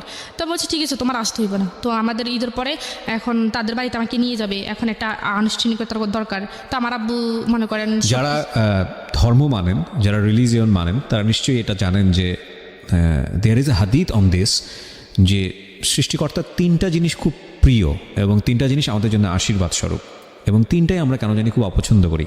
1 নম্বর হচ্ছে তিনি যাকে খুব পছন্দ করেন তিনি তাকে কন্যা সন্তান দান করেন, আলহামদুলিল্লাহ। সেকেন্ড সেটা হচ্ছে তিনি খুশি হলে বৃষ্টি দেন, বৃষ্টিও আমরা অপছন্দ করি। এবং তিনি যদি কারোর উপর খুশি হন তো সেই বাড়িতে তিনি মেহমান পাঠান। এটা একটা হাদিস। এবং দুর্ভাগ্যজনকভাবে হলেও সত্য, আমরা মেয়ে সন্তান হলে অখুশি হই। সবাই হন না অফকোর্স, কেউ কেউ শুধু মেয়ে সন্তানই চান, এরকম বাবাও আছেন দুনিয়াতে, এরকম পরিবারও আছেন। কিন্তু বেশিরভাগের সিনারিওটাই বোধহয় এরকম কষ্টকর। শুধু এটা তো কিছুই না, এরকম হয় যে সন্তান হয়েছে মেয়ে, তাকে ছুঁড়ে ফেলা হয়েছে। এই যুগেও আমরা বসবাস করি। ইনফ্যাক্ট আমরা গল্পটা একটু সামনের দিকে আগায় নিতে চাই। হ্যাঁ বলেন তারপর। তো তারপর মানে এখন আমি তাদের বাড়িতে প্রথম যাব। এখন আমার বাবা চাইতেছে যে আমার যেহেতু প্রথম মেয়ে, আমাদের বাড়ির প্রথম মেয়ে, তার যেহেতু বিয়েটা ওইভাবে হয় নাই, তা আমরা একটু ছোটোখাটো একটা আনুষ্ঠানিকতা করি। তখন তো ওর ফ্যামিলি থেকে বলছে ঠিক আছে হ্যাঁ সমস্যা নেই। তো ওর যে মানে প্রথম যে আমাদের বাড়িতে আসছে মেয়ে দেখার জন্য, আমার মেয়েকে দেখার জন্য, তো সেখানে আমার মানে দাদিরা ছিল বা নানুরা ছিল। তো বলছে যে মানে মেয়েকে যখন কোলে নিয়েছিল তখন বলছে যে মানে দাদিরা বলতেছে যে মেয়েকে কোলে নেওয়ার আগে মেয়ের হাতে কিছু দিতে হয়। তখন সে বলতেছে আমার কাছে তো কিছু নাই, মানে সে সবার সামনে বলতেছে। আমি বলছি তোমার কাছে 10 টাকাও নাই? বলে যে না আমার কাছে 10 টাকাও নেই। তখন আমি তাকে ইশারায় তার পকেটের মধ্যে 1000 টাকার একটা নোট দিয়ে দিছি। তো বলছি ঠিক আছে এটা তুমি মেয়ের হাতে দাও। তো সে মেয়ের হাতে এটা দিচ্ছে। দেওয়ার পর তো খাওয়া দাওয়া করে সেই টাকাটা নিয়ে বাবা হয়ে কিছু দিতে হয়। হ্যাঁ আচ্ছা, এটা আমাদের মানে দাদিরা বলে আর আপনাদের কাস্টম সেটা না, আপনাদের নিয়ম এটা। হ্যাঁ, যে বাবা মানে প্রথম বছর মুখ দেখার জন্য একটু কিছু দিয়ে দেখতে হয়। আচ্ছা আচ্ছা। তো তখন সে বলছে যে আমার কাছে তো টাকা নেই। তো আমি বলছি তোমার কাছে 10 টাকা নাই? বলে যে না আমার কাছে তো টাকা নাই, আমি খরচ করে ফেলছি। তো আমি বলছি ঠিক আছে। তো আমি তার পকেটে 1000 টাকার একটা নোট দিয়ে দিই। তো আমি সেটা সে মেয়ের হাতে দেয়। সে খাওয়া দাওয়া করার পর মেয়ের মানে যাওয়ার সময় সে মেয়ের হাত থেকে টাকাটা নিয়ে চলে গেছে। আমি তো সেটা জানি না। তখন আমি যখন তার সন্ধ্যের সময় মানে দেখতেছি যে ওর হাতে টাকা নেই, তখন আমি আমার মাকে জিজ্ঞেস করছি যে আম্মা ওর হাতে টাকাটা কোথায়? বলে যে আমি কি জানি, এটা তো ওর আব্বুর কাছে ছিল, মেয়ে কে নিছে। তখন আমি ওরা ফোন করছি, ওর কী ব্যাপার মেয়ের হাতে টাকা কই? বলে যে আমি নিয়ে আসছি, আমার হাত খরচের টাকা নেই। তো পরে যাই হোক, আমি আসবো না কাঁদবো আমি ঠিক বুঝতে পারছি না। such a stupid you are. আমি জানি না এগুলো কতটুকু সত্যি, but if you really like this kind of husband, you don't have any potentiality to be a husband, believe me. বাপ হওয়ার তো যোগ্যতাই নাই, এ ব্যাপারে কোনো সন্দেহই নাই। হ্যাঁ বলেন। পরে তো ওদের বাড়িতে যাওয়ার জন্য আনুষ্ঠানিকতা দরকার। এখন আমার আব্বু বলতেছে যে এখন মানে আমাকে কিছু দিবি, এখন ওনাদের কোনো কিছু চাহিদা আছে কিনা। তো যখন সে আমাকে বিয়ে করার কথা বলছে তখন আমি তাকে বলছি যে আমাকে বিয়ে করতে হলে শ্বশুর বাড়িও পাইবা না, কিন্তু শ্বশুর বাড়ির কোনো কিছু আশা করতে পারবে না। তখন সে আমাকে বলছে একটা কথা যে আমি তোমাকেই চাইছি, তোমাকে পাইছি, আমার আর কিছু লাগবে না। ইনফ্যাক্ট যে সিচুয়েশনে ছিল সেই সিচুয়েশনে সে এটাই বলবে। হ্যাঁ, এছাড়া কোনো ইয়েও নাই। হ্যাঁ, তখন সে এখন যেহেতু আমার আব্বা যেহেতু যেহেতু এখন একটা আনুষ্ঠানিকতার করতেছে, তখন সে অনেক কিছু চেয়ে বসছে। Right. তারপর সেই এখন বলতেছে যে আমার যৌতুক যেটাকে বলে। হ্যাঁ, যৌতুক যেটাকে বলে। তো তারা একটা ঘর দিছে, অনেক বড় একটা ঘর দিছে, সেটার 4টা রুম। তো তাদের রুমে কোনো কিছু নেই এখন, মানে বলতেছে ফার্নিচার লাগবে, তাদেরকে এক ঘরের পানিতে দিতে হবে, এক ঘরে। হ্যাঁ, এক ঘরে ফার্নিচার দিতে হবে। তো আমার আব্বু সেটার মানে রাজি ছিল, যে তো ওনার প্রথম মেয়ে, তো যা চাইবে তাই দিবে। এখন ফ্রিজ থেকে শুরু করে, সোফা থেকে শুরু করে এভরিথিং যত কিছু আছে সম্পূর্ণ কিছু দিছে। তো এরপরে ওর আব্বা মা বলছে যে মেয়ে যখন শ্বশুর বাড়ি থেকে বাপের বাড়িতে আসবে বা বাপের বাড়ি থেকে শ্বশুর বাড়ি আসবে, তখন বলবে যে মেয়ের সাথে কিছু নেই, বা সোনা দানার ব্যাপারে যেটা বলছে। তো আমার বাবা কি করছে, আমাকে প্রায় 5.5 ভরি স্বর্ণ দিছে, 1 ভরি ফার্নিচার দিচ্ছে, বা 7.5 ভরি স্বর্ণ দিচ্ছে। এবার ওদের পক্ষ থেকে মনে করেন। আচ্ছা, এই পুরুষগুলোর কি লজ্জা করে না? আমাকে একটা কথা বলেন তো, আপনারা তো আল্লাহ হাত দিছে, দুইটা পা দিছে, যেই ভদ্রমহিলাকে আপনি এত জোর জবরদস্তি করে ব্ল্যাকমেইল করে চোখে মলম মেখে নিয়ে গেলেন, 2-3 বছর কোথাও আসতে দিলেন না, বাবু আসতেছে আপনার, এবং যেখানে ছেলে হবে না মেয়ে হবে আল্লাহ আপনার উপরে সেটা নির্ধারণ করার বিষয় দিয়ে দিয়েছেন, এবং সেটা সম্পূর্ণই ছেলেদের শরীরগত বিষয়, ক্রোমোজোমের যে বিষয়টা থাকে সবাই জানে আজকাল, XY XX। তো সেইটাও আপনি ব্লেসড, এরপরও আল্লাহ আপনাকে এত ভালোবেসে একটা সন্তান দিছে, এবং সেই সন্তানও দেখতে যথেষ্ট পরীর মতো সুন্দর, এবং তারপরও আপনি তার কাছ থেকে কী আদায় করতেছেন? যৌতুক আদায় করতেছেন। এটা আসলে আমি বলবো কি জানেন, আপনার বাপের ভুল। মানে টু বি অনেস্ট, আমি যদি ফ্র্যাঙ্কলি বলি, আমি যদি ওই জায়গায় চিন্তা করি, তাহলে আমি যেটা করতাম যে ধৈরার ঠ্যাং ভাঙ্গা গুঁড়া করে দিতাম। মানে এগুলো হচ্ছে আমার একদম ওয়াইল্ড ফিলিং যেটাকে বলে। মানে যে অবস্থা আছে সবাই বলে, মানে শুনে বলে যে, আমি জানি এখানকার অবস্থা জানি, আমি একটু ক্রোনোলজিক্যাল স্টেপ বাই স্টেপ তারপর মনে করেন তো দিল, যা কিছু আছে সব দিল। তারপর সে আর মানে প্রাইভেট চাকরি করবে না, তার ভালো লাগে না, সে একটা সরকারি চাকরি করবে। এটাও আপনার বাপকে জোগাড় করে দিতে হবে। হ্যাঁ, তো আমার আব্বু এখন সরকারি চাকরি করতে গেলে একটা মোটা অ্যামাউন্ট দরকার। তো আমার বাবার একটা ভালো বন্ধু ছিল, উনি একটা সোনালী ব্যাংকের একটা পোস্টের কর্মকর্তা ছিল। তো ওনাকে বলার পর ওইখানে 3 লক্ষ টাকা ঘুষ দিতে হইব। তো 3 লক্ষ টাকা ঘুষ দিতে হবে। আমার আব্বা ওনাকে ডিরেক্টলি বলতে পারে না, এখন আমার কাছে বলছে, আমার কাছে বলে না, আমার আম্মার কাছে বলছে, আমার আম্মা আমার কাছে বলছে। তা আমি ওর কাছে বলছি, ও বলে যে তোমার আব্বারা বলো এখন একটু ম্যানেজ করে দিতে, আমি পরে দিয়ে দিব। তা আমি বলছি যে দেখেন আপনাদের জামাইয়ের কাছে তো এখন টাকা পয়সা নেই, আপনি একটু ম্যানেজ করে দেন, ওর হাতে টাকা হলে দিয়ে দেবে। তারপর আমার আব্বা দিল। তারপর ওই টাকাটা আর কখনোই সে ফেরত দেয় নাই, তাকে একটা চাকরি পাইয়ে দিচ্ছে, সে টাকাটা আর কখনোই সে ফেরত দেয় নাই। ফেরত না দেওয়ার পরে এইভাবে চলে গেছে। এখন বাচ্চারা যখন ছোট থাকে তখন তো একটু চিল্লাচিল্লি করে রাত্রের বেলা ঘুমানোর জন্য। তো তখন শীতের দিন, তো মেয়েটা রাত্রেবেলা মানে হঠাৎ ঘুম থেকে উঠছে, উঠে মনে করেন কানাকাটি করতেছে। তখন সে আমাকে বলতেছে যে বাইরে থেকে একটা বালতি পানি নিয়ে আসো, আইনা মেরে বালতির ভিতরে ডুবিয়ে রাখো, সকালবেলা উঠিও। মানে তো চিল্লাচিল্লি করতেছে কেন? তার চিল্লাচিল্লি করবে না। তো আমি বলছি তুমি কি পাগল হয়ে গেছো? ও এতটুকু একটা বাচ্চা কি বোঝে? তুমি কি জানি কিসের মধ্যে চুবাই রাখতে বলতেছে? হ্যাঁ, পানির মধ্যে চুবাই রাখতে বলতেছে। হ্যাঁ, শীতের দিনে 1 বালতি পানি আই না, পানির ভিতর ওরে চুবাই রাখতে, আর সকালবেলা উঠাইতে। ও চিল্লাচিল্লি করে কেন? তারপর তখন আমি খুব কানাকাটি করছি, তখন আমি ওরে নিয়ে বাইর হয়ে গেছি রাত্রেবেলা। বাইর হয়ে গিয়ে আমি বারান্দার মধ্যে এসে সারা রাত কাটাইছি। কাটার পর তখন সে আবার তাদের বাড়িতে গেলাম। যাওয়ার পর মনে করেন তার বাবা মা 4টা ভাই, অনেক বড় একটা সংসার। আমি কখনো ভাত রান্না করি নেই, তাদের বাড়িতে গিয়ে সম্পূর্ণ কাজ করতেছে। তারা গরু পালে, ধান করে, সব কিছু করছে। তার বাবা কখনোই মানে কাজের মানুষ রাখে না, সবগুলো বউদের দিয়ে করে। আমি প্রথম, সে বড় সবার। আচ্ছা, তো আমাকে সম্পূর্ণ কাজ করতে হয়, 3 বেলা রান্না করতে হয়, ভাত রান্না করতে হয়, 1 বেলা নাস্তা বানাইতে হয়, সব কিছু আমাকে করতে হয়। আমার মেয়েকে সামলাইতে হয়। সে পক্ষে মানে তাকে এগুলো তো কিছুই করতেন না, এখন রীতিমতো সমুদ্রে গিয়ে পড়ছেন। হ্যাঁ, সমুদ্রে পড়ছি। তো যাই হোক কানাকাটি করতাম। তখন আমি মানে কাউকে কোনো কিছু বলতে পারতাম না। এখন কাউকে কোনো কিছু বলতে গেলে বলবে যে তোমার পছন্দ মতো করছে। আসলে পছন্দটা কি আমার ছিল না, ঘটনাটা অন্য কিছু ছিল। এটা তো আসলে এখন কেউ বললে বিশ্বাস করবে না। তো যাই হোক কষ্ট মানে নিতাম। তখন আমি তাকে বলছি যে আমি এখানে থাকতে পারবো না, এত কাজ আমার দ্বারা সম্ভব না, একটা মানুষ রাখুক। আমি তো বলছি যে আমি করবো না, একটা মানুষ রাখুক, তো আমার যেন একটু হেল্প হয়। তো বলছি ঠিক আছে, আমি তোমাকে আমার সাথে নিয়ে যাবো। তো আমি ওর সাথে আমার নিয়ে যাইব। নিয়ে যাওয়ার পর তখন সিলেট হবিগঞ্জ গেছে। তো আমার মেয়েকে আমি সাথে নিতে পারবো। তখন আমার মেয়ের বয়স 3 মাস। আমার মেয়েকে আমি সাথে নিতে পারবো না। তো আমার মেয়েকে আমি কার কাছে রেখে দেবো? বলেছে তোমার বোনের কাছে রেখে দাও। আমার বোন তখন ক্লাস 8-এ পড়ে। বলেছে তোমার বোনের কাছে রেখে দাও। আমি বলছি না, এতটুকু বাচ্চা আমার বুকে দুধ খায়, এখন ও কীভাবে থাকবে? বলে যে আমি তো কথা জানি না, তুমি যদি বাচ্চা নাও আমি তোমার কি জানি নিতে পারবো না, এখানে তুমি কাজ করো, যাই করো, মরো বাঁচো, এখানে থাকতেইব। তখন আমি আমার আমার সাথে কথা বলছি। আমার আমাকে তোর বোন যদি তোরা রাখতে পারে তোর মেরে, তো তুই দিয়ে যা। তখন আমার বোনের সাথে কথা বলছি। তো আমার বোন বলছে জাফু আমি এতটুকু বাচ্চা কীভাবে সামলাবো? ওর মাকে খুঁজবে। পর আমাকে বোন তুই একটু কষ্ট করে রাখ, 2-1 দিন হইলে ও ঠিক হয়ে যাবো। ওকে কোলে নিত না, আদর করতো না? কিছু করতো না, কোলে নিত না, মানে মানে ওকে সহ্য করতে পারতো না, বললাম না, ও চিলি করলে এরকম কথা বলে, তার ওকে কোলেও কি নিত না। মানুষ! তারপর সে আমাকে, আমি তাকে রেখে গেছি, আমার বোনের কাছে রেখে গেছি, দুধ টুধ মানে যা লাগে কিনে টিনে দিয়ে গেছি, দেওয়ার পর আমি চলে গেছি। তখন মনে করেন এখন ও আমার বুকে দুধ খায়, এখন আমার অবস্থা তো খুবই খারাপ। এখন আমি সারা দিন রাত 24 ঘন্টা কাঁদতেছি আমার মেয়ের জন্য, যদি কানাকাটি করি বলে মানে খুব মারে মানে। দাঁড়ান, আমি একটু আপনার মেয়ের ব্যাপারটা একটু জানতে চাই। আপনার মেয়ে কি আপনার কাছ থেকে যথেষ্ট পরিমাণ ফিড পেতো, মানে পেতো না? না, আমার মেয়ে আমার কাছে ছিলই না। তাহলে ও খাবারটা পেতো কোত্থেকে? ওকে কি ওকে দিতেন? আলগা খাওয়াইতেই তো। আলগা খাবারটা কোত্থেকে পেতো? কি দিতেন? গরুর দুধ? গরুর দুধ, সুজি এরকম। তো গরুর দুধ সুজি তো ওই বয়সের জন্য উপযুক্ত না, এটা এখন একটু ভালো এখন কি খাবার। করবো, এখন তো ওর বাবা সেটা কিনে দিত না? না, আমার মানে আমাদের কাছে থাকাকালীন, সম্পর্ক থাকাকালীন আমার মনে হয়নি কখনো আমার মেয়েকে একটা মানে জামা কিনে দিচ্ছে। সম্পূর্ণ কিছু আমার বাবা দিচ্ছে, সম্পূর্ণ আমার খরচটা করছে, আমার কসমেটিক। আপনি ওর বাড়িতে থাকতেন, তারপর আপনার বাবা দিত? আমার বাবা পাঠাইতো। আচ্ছা। তারপর আমার মেয়েকে আমি রেখে গেছি, রেখে যাওয়ার পর আমার বোন আমাকে রাত্রেবেলা রাত 3টার সময় ফোন দিয়ে বলে আপনার কাবিন নামায় কত যেন ছিল দেনমোহর? 9 লাখ টাকা। 9,01,01 টাকা। এই কাবিন নামাটা কি আপনার কাছে ছিল? না, আমি তো কাবিন নামা দেখিনি কখনো, ও আমাকে দেখাইনি। Okay fine. So this is মানে আরো কত কি বের হবে, এই জন্যই বলি জীবন নাটকের চেয়ে নাটকীয়। হ্যাঁ বলেন। তারপর আমার বোন আমাকে ফোন দিছে, ফোন দেওয়ার পর বলতেছে, আফু ও তো খুব কান্নাকাটি করতেছে, তোরে খুঁজতেছে। মানে ও তখন মানে কয় আমার মানে আমার মেয়ের কান্নাকাটি মানে শুনে আমার মা সহ্য করতে না পারে, আমার মা আমার নানুদের বাড়িতে চলে গেছে। যে একটা বাচ্চা মানুষ কানলে এমনিতে মানুষের খারাপ লাগে, আর ও তো একটা বাচ্চা, ওর মা নেই কাছে। তখন রাত 3টার সময় আমার বোনে কী করতো, আমার বোন দীর্ঘ 1.5 মাস কোনো ঘুম নাই। সারাটা দিনের বেলা যখন যেভাবে মানে পারতো কাটাইতো, রাত্রেবেলা তো ওর মানে এখন রাত্রেবেলা বাচ্চারা তো এমনিতে মাকে খুঁজে। রাত্রেবেলা কী করতো, উঠানের মধ্যে সারা উঠান হাঁটতে হাঁটতে তো ও কাঁদতে মনে করেন ঘুমাই যেত। ঘুমানোর পর মনে করেন অনেক সময় কী করে নিঃশ্বাস বন্ধ যেত, এরকম একটা অবস্থা। তারপর আমি ওকে এইভাবে বলার পর ও আমাকে মানে কখনোই ওকে কাছে যাইতে দেয়নি, বলে যে ও ঠিক হয়ে যাবো, বাচ্চা মানুষ এরকম 1-2 মাস থাকলে পরে ঠিক হয়ে যাবো।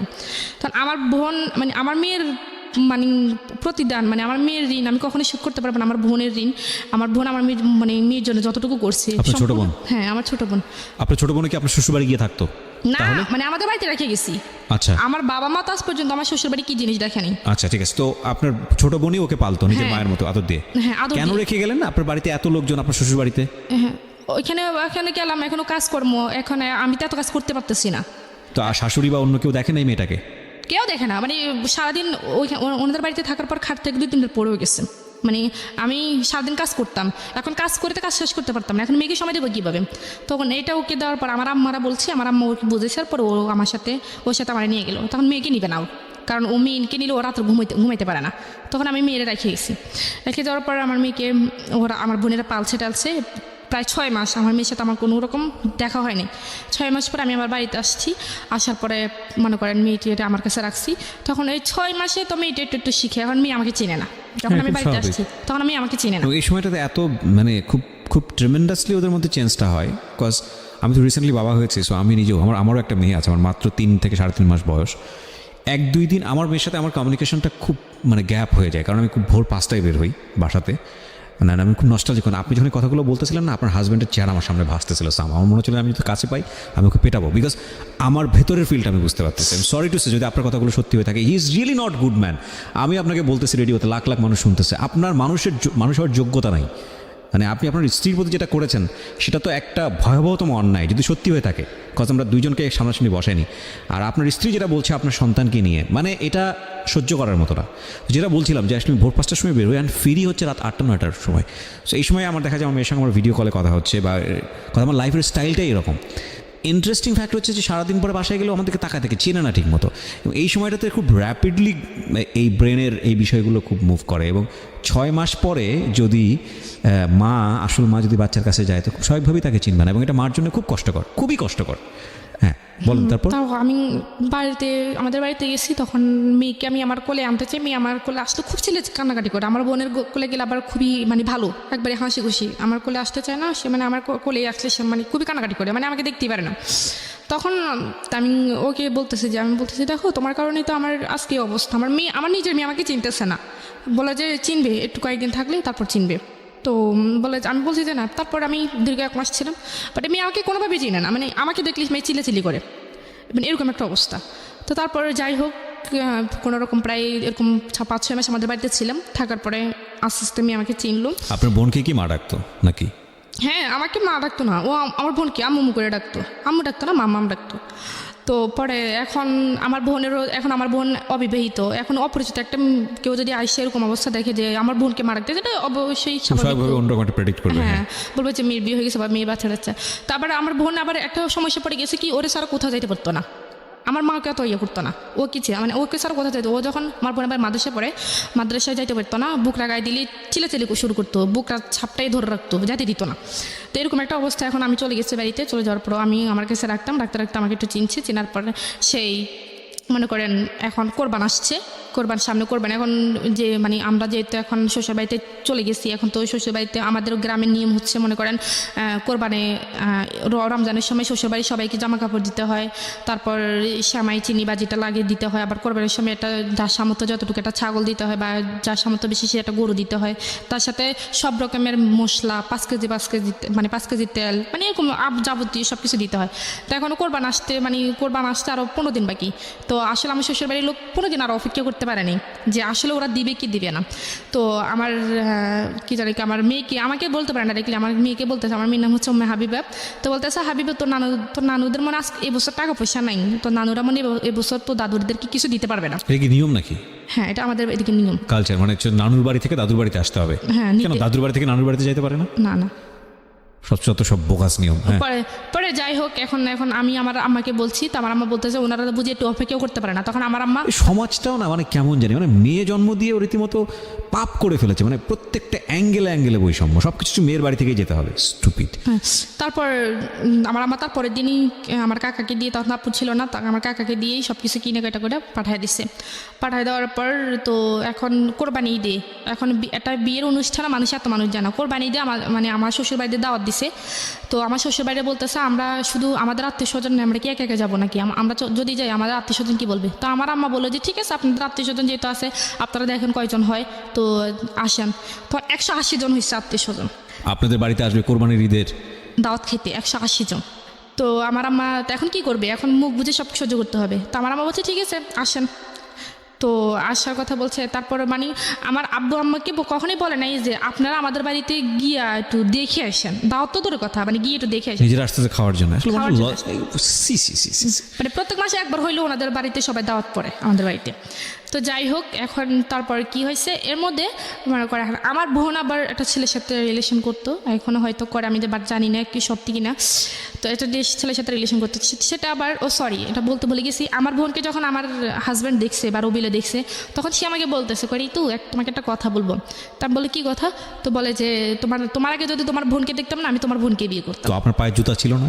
তখন আসলে কি বলবো আমি, তুমি গেলে কি বলো, তো আমি এটা আপনারও কিন্তু ফল্ট, মানে আপনার পায়ে তখন জুতা থাকলে জুতা মেরে দেওয়া উচিত। আমি মনে করি হচ্ছে আমি সরি টু সে, আপনি যদি রিলিজনের জায়গা থেকে চিন্তা করেন তাহলে অফকোর্স এটা একটা অন্যায়, এবং আমি যেটা বলছি সেটা অবশ্যই পাপ। হ্যাঁ, তো কিন্তু যেই ছেলেটা রিলিজিয়াসটি করতে চলে না, তাকে জুতা ট্রিটমেন্ট ছাড়া আসলে অন্য কোনো ট্রিটমেন্টে যাওয়ার কোনো সুযোগ নাই।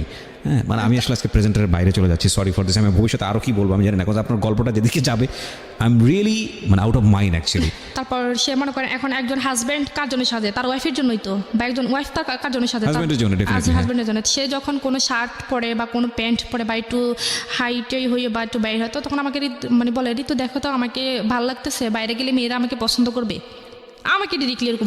এই লোকরে আপনি 3 মাস বাসায় থেকে পুষ্টি ইঞ্জেকশন দিয়েছেন? হ্যাঁ, পরে আমি বললাম যে হ্যাঁ ভালোই তো লাগবে, তখন মানে কান্নাকাটি করতাম, কি বলবো। আর তখন একদিন মানে সে তখন বিভিন্ন মেয়েদের সাথে কথা বলা শুরু করে দেয়। আচ্ছা, হ্যাঁ, তখন সে বিভিন্ন ভঙ্গিতে মেয়েদের দিকে তাকায়। তো আমাদের বাড়িতে আমার চাচাতো বোন আছে, যেটাতো বোন আছে, তাদের সাথে বিভিন্ন রকমের, তো তারা আমাকে বলে যে আফু দুলাভাই এমন কেন, এরকম করে কেন। আমি বলছি থাক তোরা একটু দূরে থাকিস, তোরা কিছু বলিস না। তো সে আমাকে এরকম করে বলে যে তো একবার সে তার বন্ধুর বিয়ে, তো আমাদেরকে দাওয়াত দিয়েছে, তখন আমি শাড়িটি পরে বিয়েতে যেভাবে যায়, তো তার বন্ধুরা সবাই আসছে, আমরা একসাথে যাবো। তার এক বন্ধু বলতেছে ভাবি আপনাকে খুব সুন্দর লাগতেছে, আমাকে এই কথা কেন বলছে, সে আমাকে আর নিলই না ওইখানে। তো আমাকে সে বলে যে তোমাকে আর লোকে কেন সুন্দর বলবে। তা আমি বলছি তো তুমি যে নিজে শার্ট প্যান্ট পরে নিজে আমাকে বলে যে মেয়েরা তোমাকে লাইক করবে কিনা, তখন আমার কাছে খারাপ লাগে না? তখন আমি 100 বার বলতে পারবো আমি ছেলে, সেজন্য তুমি বলবা নাকি? সে আমাকে এরকম করে বলে। ঠিক আছে আমি আর বলবো না, আপনি ছেলে না, আপনি যদি এটা হয়ে থাকে ইনফ্যাক্ট। তো তারপরে কি হয়েছে, সে একবার তো আমার বোন একটা ছেলের সাথে রিলেশন করতো, সেই আমার বোনের রিলেশনটা আমি মানতে পারতেছে না, কারণ আমার বোন যে ছেলের সাথে রিলেশন করতো সে একটু আরও একটু হাই কোয়ালিটি, মানে সে মনে করেন বিদেশে থেকে পড়াশোনা করে, তো সে আরও একটা হাই কোয়ালিটি, মানে সে চাইতেছে না যে আমার বোন আরও মানে তার চেয়ে একটু উপর লেভেলের একটা ছেলেকে মানে পছন্দ করুক বা সেটা কেউ মেনে নিক, বা এরকম উপর লেভেলের কোনো ছেলে আমাদের বাড়ির জামাই। Right. হ্যাঁ, তো তারপর আমার বোন যে ছেলের সাথে সম্পর্ক করতো, সে ছেলে কি নাম্বারটা কিভাবে পাইছে, পাইয়া সে ছেলের সাথে আমার বোন আমার হাজব্যান্ডে বলছে যে আপনি যে মেয়ের সাথে কথা বলেন আপনি জানেন তার বিয়ে হয়েছে, তার একটা বাচ্চা আছে, আমার মেয়েকে দেখাই দিতেছে। তখন বলছে সে বিশ্বাস করে না, তো বলছে ঠিক আছে আমি প্রমাণ চাই। তখন সেই কি করছে, দেখাইছে, আনসার তো আমার মেয়েকে ওই ছেলের সামনে নিয়ে গেছে, নিয়ে আমার রবিএল বলতেছে যে হাবিবা তোমার আম্মুর নাম কি, তোমার আঙ্কেলের কাছে বলো। তো সে আমার বোনের নাম বলে দিছে, কারণ আমার বোনকে সে চিনে। আমার বোন নাম বলেছে যে আমার আম্মুর নাম এইটা, তো বলে দিচ্ছে। এখন সে তো বিশ্বাসই করবে, যে বলে যে এখন সেই মানে আমার বোনের হাজবেন্ড হচ্ছে সেই, আমি কেউ না, মানে ওই ছেলের সাথে সে এরকম ভাবে বলতেছে যে আমি তার হাজবেন্ড, আমি তার, সে আমাদের মেয়ে। Very nasty story. জি ঋতু, তারপর কি হলো? হ্যাঁ, তারপর ওই ছেলে তো বিশ্বাস করে ফেলছে। এখন ওই ছেলে আমার বোনের সাথে মনে করেন সম্পর্কে একটা বিচ্ছিন্ন অবস্থায়, তখন আমার বোন আমাকে, মানে ও কি বয়ফ্রেন্ড ছিল আপনার বোনের? হ্যাঁ আমার বোনের বয়ফ্রেন্ড ছিল। চিন্তা করুন অবস্থা। তারপর আমার বোন আমার কাছে বলে যে আফু এরকম দুলাবে এটা কী করলো। তখন আমি বললাম যে ঠিক আছে তুই ছেলের নাম্বারটা আমাকে দে, আমি সব বলতেছি। তখন আমি এই ছেলেকে মনে করো ছেলেকে ক্ষমাটা আমরা চাইছি। তখন আমি বললাম যে উনি এরকমই, আপনি ওনার কথা বিশ্বাস করেন। তারপর সেই আমার বোনের সম্পর্কটা কোনোভাবে টিকতে দিবে না। সে কী করছে মনে করেন, আমার বোনের যে ইমো আইডি ইউজ করতো, তো সেই ইমো আইডি সে হ্যাক করে ফেলছে। এখন আমার বোনের কার কাছে মেসেজ করবে সে সব কিছু দেখে। তো আমার বোন হয়তো ওই ছেলের সাথে কিছু সিক্রেট কথা বলছে, সেইগুলো দেখছে, কিছু ফিক ফাটাইছে, সেগুলো দেখে ফেলার ফলে সে আমার বোনকে ব্যাকলিং করতেছে যে তুমি এটা কি করতেছো, আমি তোমার আব্বুর কাছে সব কিছু বলে দেবো। তখন আমার বোন একটু ভয় পেয়ে গেছে, বলে যে ওই ছেলের সাথে নামে আমি তোমার মামলা দেবো, যে নারী নির্যাতনের মামলা, কারণ তোমাদের যে মেসেজ তুমি পাঠাইছো এগুলো দেখে আমি দেখাই মামলা দিব, তোমার আব্বুর কাছে বলতেছি, তোমার আম্মার কাছে বলতেছি। তো আমার বোন ভয় পেয়ে গেছে, আর আমার বলছে। বলার পর আমি সাথে আমার শ্বশুর বাড়ি থেকে আমার বাপের বাড়িতে চলে আসছি। আসার পর আসার পর আমি বলতেছি তুমি এসব কী করতেছো, তোমার বোন একটা অন্যায় কাজ করতেছে, এটা আমি বাধা দিতেছি, এটা তো আমি খারাপ কিছু করতেছি না। তখন কি করছে, সে আমার সবার সামনে এই মেসেজগুলো দেখাচ্ছে, সেগুলো আসলে দেখার প্রয়োজন পড়ে না।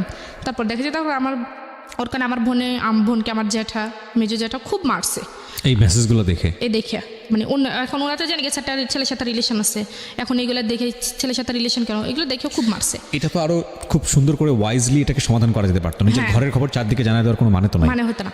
তো তারপর কি করছে, তারপরে সে থামে নাই। সে বলতেছে তুমি যদি আমার কথা না শোনো তাহলে আমি কিন্তু ওই ছেলের নামে মামলা করে দিব, এমনকি আমি সবকিছু কথা বলি। এই অধিকারটা খাটাই কিভাবে আমি তো বুঝলাম না। মানে এটা তো আমি জানি, এটা আমার বোনের সাথে হয়েছে। এখন আমার বোন আসলে ওই ছেলেকে হয়তো প্রচন্ড ভালোবাসে, সেই জন্য আসলে ও ক্ষতি চায় না, সেজন্য বলছে ঠিক আছে আপনি কি বলেন। এখন আমার বোন ওকে অফার করছে যে ওর সাথে ফিজিক্যাল রিলেশন করবে। দাঁড়ান 1 মিনিট, কাকে অফার করছে? আমার বোনকে। কি অফার করছে? ও আমার হাজবেন্ড। Are you sure? অবশ্যই, আমি একটা ভিডিও ছিল, সেটা আমি নিজেও দেখছি। কিসের ভিডিও? এটা জাস্ট এমনিতেই কিস করছে আপনার বোনকে? হ্যাঁ। সে ভিডিওটা কে করছে? সেই করছে, করে আপনাকে দেখাইছে? আমাকে দেখাইছে। তখন আমাকে দেখা নাই, আমি ওই অবস্থায় আমি ওইখানে চলে গেছি। আচ্ছা, ঘটনাটা শুনি, কি হয়েছে? তখন সে আমার বোনকে বলছে, তো আমার বোন আসলে রাজি হয়নি। মানে ব্ল্যাকমেইল করছে যে তুমি যদি এটা করো, মানে ওনার কথা না শুনে, রবিলের কথা যদি না শুনে, তাহলে সেই ওই ছেলের নামে মামলা করে দিবে, নারী নির্যাতনের মামলা করে দিবে। এমনকি সে তার সব কিছু ওকে আছে, শুধু একটা ফোন যাবে, মামলা হয়ে যাবে, তাকে বাড়ি থেকে তার ফ্যামিলি সহ তাকে নিয়ে যাবে, এরকম একটা দেখেছে। দেখেন বসে আমার বোন তো মনে করেন এখন একটা দুটান অবস্থা হয়ে গেছে। তখন তো যা হওয়ার হয়েছে, তখন আমি হঠাৎ কোন একটা কাজে আপনার বোনকে অফার করেছে, আপনার বোন সেটা রাজি হচ্ছে? প্রথমে রাজি হয় নাই, সে আমার বোনকে অনেক ভয়টাই দেখাইছে। তো আমার বোন এটার জন্য খুবই কাঁদছে আরও। সে আমার বোন মনে করেন একটু ঘটনা যখন আমি দেখি, ওর বয়স তখন 16 বছর। দিস ইজ অ্যানাদার কেস, যেটা ওর ক্ষেত্রেও হয়েছে। যখন ওর বয়সটা ছিল 16 বছর, একইভাবে ব্ল্যাকমেইল করেছে। এই ছবলটা ঠিক ওর আপন বোনের ক্ষেত্রেও মেরেছে। তো তখন আমার বোন এটা হওয়ার পর ও নিজের হাত সব কেটে মনে করেন করে ফেলছে, সুইসাইড করতে গেছে আমার বোনে। বোনের সঙ্গে আপনার হাজবেন্ড এটা হয়েছে? হ্যাঁ, না হয় নাই, শুধু এমনিতে যেটা হয় আর কি, এমনি হয়েছে। আর এটা ও ভিডিও করছে।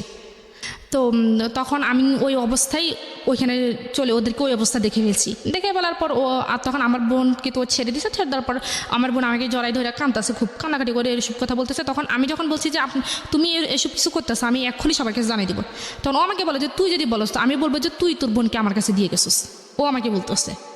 তখন আমি তো এবার কী বলবো, এখানে আমার তো আর কিছু বলার নেই। আমি বলছি তুমি আমাকে এবার ব্ল্যাকমেল করতে পারো না, বলা যে অবশ্যই করবো, তুই যদি এটা কারোর কাছে প্রকাশ করতে চাস আর তোর বোনের ভিডিও আছে সেটা আমি কি জানি নেটে ছেড়ে দিব, আর তুই যদি কোনো কিছু করতে যাস কারোর কাছে বলতে চাস তো আমি তোকে উল্টা ফাঁসিয়ে দিব। আপনাদের বাড়িতে হচ্ছে এসব? আমার বাড়িতে, আমাদের বাড়িতে হয়েছে। তখন আমি কি, তখন আমার বোনে আমার আপনার বাবা কোথায় ছিল সেই সময়? আমার মা আমার নানুদের বাড়িতে ছিল। আপনার বাবা মা? আমার আব্বা বাড়িতেও ছিল, দেশের বাড়ি ছিল, আর আম্মা নানুদের বাড়িতে ছিল। তখন আমিও বাড়িতে আপনার বড় ভাইরা কোথায় ছিল? বড় ভাই বাইরে থাকে। দেশের বাইরে থাকে, মানে আপনাদের বাড়িতে আপনার দুই বোন ছাড়া আর কেউ নাই? না, আমার ছোট একটা ভাই আছে, ও হাবিজিতে পড়ে। তার মানে আপনাদের বাড়িতে শুধুমাত্র আপনারা দুইজন? হ্যাঁ, আর আর আপনার দাদু মেয়েটা? আছে, দাদু ধরেন আমাদের তো নতুন বাড়ি পুরান বাড়ি যেটা বলে, দাদুরা পুরাতন বাড়িতে থাকে আর আমরা নতুন বাড়িতে। তো দাদু কাজ টাজ করে চলে যায়, তো সবসময় থাকে না। ওকে, তারপর? তো তারপর এখন এসে আমাকে এরকম ব্ল্যাকমেল করছে, আমি আর কিছু বলতে পারি। তখন আমি আমার বোনের কাছে আমার বোনের পা ধরছি, আমি বলছি তুই ওর হয়ে আমার মানে আমার কি জানি ওর হয়ে আমি তোর কাছে মাপ চাইতেছি, তুই ওরা মাপ করে দিস। ফলে যে পরে ও কি করছে মনে করেন, ওই দিন আপনার হাত পা কেটে লিছে, আপনার হাত টাট কেটে লিছে, কাইটে মনে করেন ও সুসাইড করবে, এরকম বলে যে আমার জন্য এত সমস্যা। ওই ছেলে আবার জানে না। তারপর ও কী করছে, ও যেহেতু ওই মানে রবিউল দেখতেছে যে ওই ছেলের সাথে কথা বলা বন্ধ করে নাই, ওই ছেলে মানে রবিউল কী করছে, ওই ছেলের বাড়িতে গেছে, আমার আরেকটা দুঃসম্পর্কে চাচাতো বোন নিয়ে গেছে, নিয়ে ওর আব্বা আম্মার কাছে আমার বোনের নামে বিচার দিয়ে আসছে যে আপনার ছেলে তো অমুক মেয়ের সাথে কথা বলে, ওনার একটা বাচ্চা আছে, ওনার স্বামী আছে, আপনার কেমন ছেলে একটা ম্যারিড মেয়ের সাথে কথা বলে। এখন ওই ছেলের বাপ মা তো মানে যেটা বুঝতে পারছি আপনার বোনকে সে অনৈতিকভাবে পাওয়ার জন্য মোটামুটি ক্রেজি হয়ে গেছে। হ্যাঁ, তারপর কি হয়েছে, এখন মনে করে সব মিলিয়ে তো খুবই সমস্যা হয়েছে। তখন আমি আমার ফ্যামিলিকে একটু ইঙ্গিত করছি, পুরোপুরি করিনি। তো আমার আব্বু বলতেছে তোমার এখানে থাকার দরকার নেই, ডিভোর্স হয়ে যাক, এখানে থাকার দরকার নেই। এরপরে মনে করেন ওই ছেলের সাথে অনেক সমস্যা করছেও, তারপরে বলছে যে ডিভোর্স হয়ে যাক। তা আমি বলছি যে আমার আব্বা আমার মেয়েটা কী হবে, আমি হয়তো একটা ভালো ছেলে পাবো, ও একটা ভালো মেয়ে পাবে, আমার মেয়েটার কী হবে, আমার মেয়ে তো মা হারালে বাপ হারালো, বলে যে সমস্যা না, আমি মেয়ের ব্যবস্থা করতেছি। তা আমার বাবা কী করছে, ওরে ডিরেক্টলি বলছে যে আমার মেয়ে আসা চাইরা দাও, আমার মেয়েকে তুমি পাইবে না, তুমি একটা ডিভোর্স লেটার পাঠাতে। এখন ও যদি ডিভোর্স পাঠাতে যায় তাহলে সম্পূর্ণভাবে কিন্তু আমি সব কিছু পাও না, কারণ আমার যে কাবিননামা বা আমাদের যে সব কিছু নিয়ে গেছে এগুলো তো মানে আমি আইনগতভাবে আমি পাই, তো সেজন্য ও আমাকে ডিভোর্স দিচ্ছে না। না না না, এটা তো আপনি, আচ্ছা এটা একটা ভুল ধারণা। আমি আজকের অনুষ্ঠানের মধ্যে বলে দিই, দেনমোহরের বিষয়টি যে কেউ যে কোনো পক্ষ থেকে ডিভোর্স দিলে পাবে। যদি মেয়েটাও ডিভোর্স দেয় তাহলেও পাবে, ছেলেটা ডিভোর্স দিলে তাও পাবে। কিন্তু আমরা একটা ভুল প্রেডিকশনের মধ্যে থাকি যে আমরা মনে করি যে মেয়েটা ডিভোর্স দিলে ছেলেটা এটা দিতে হয় না। এটা একটা সম্পূর্ণই ভুল ধারণা। এটা মেয়ের ন্যায্য অধিকার, এবং এটা যেই ডিভোর্স দেখ না কেন এটা মেয়ে পাবে। হ্যাঁ, এটা আজকের অনুষ্ঠানের পরে যদি কারো এই ধরনের একটা ভুল ধারণা থেকে থাকে তাহলে এই ধারণা থেকে বের হয়ে আসুন। আইনত এটা হচ্ছে, যদি ডিভোর্সটা মেয়ের পক্ষ থেকে হয়, মেয়ের দেনমোহর অবশ্যই পরিশোধ হতে হবে। সেটা ডিভোর্স মেয়ে দিলেও পাবে, এবং ছেলে দিলে তো কথাই নেই। হ্যাঁ বলেন।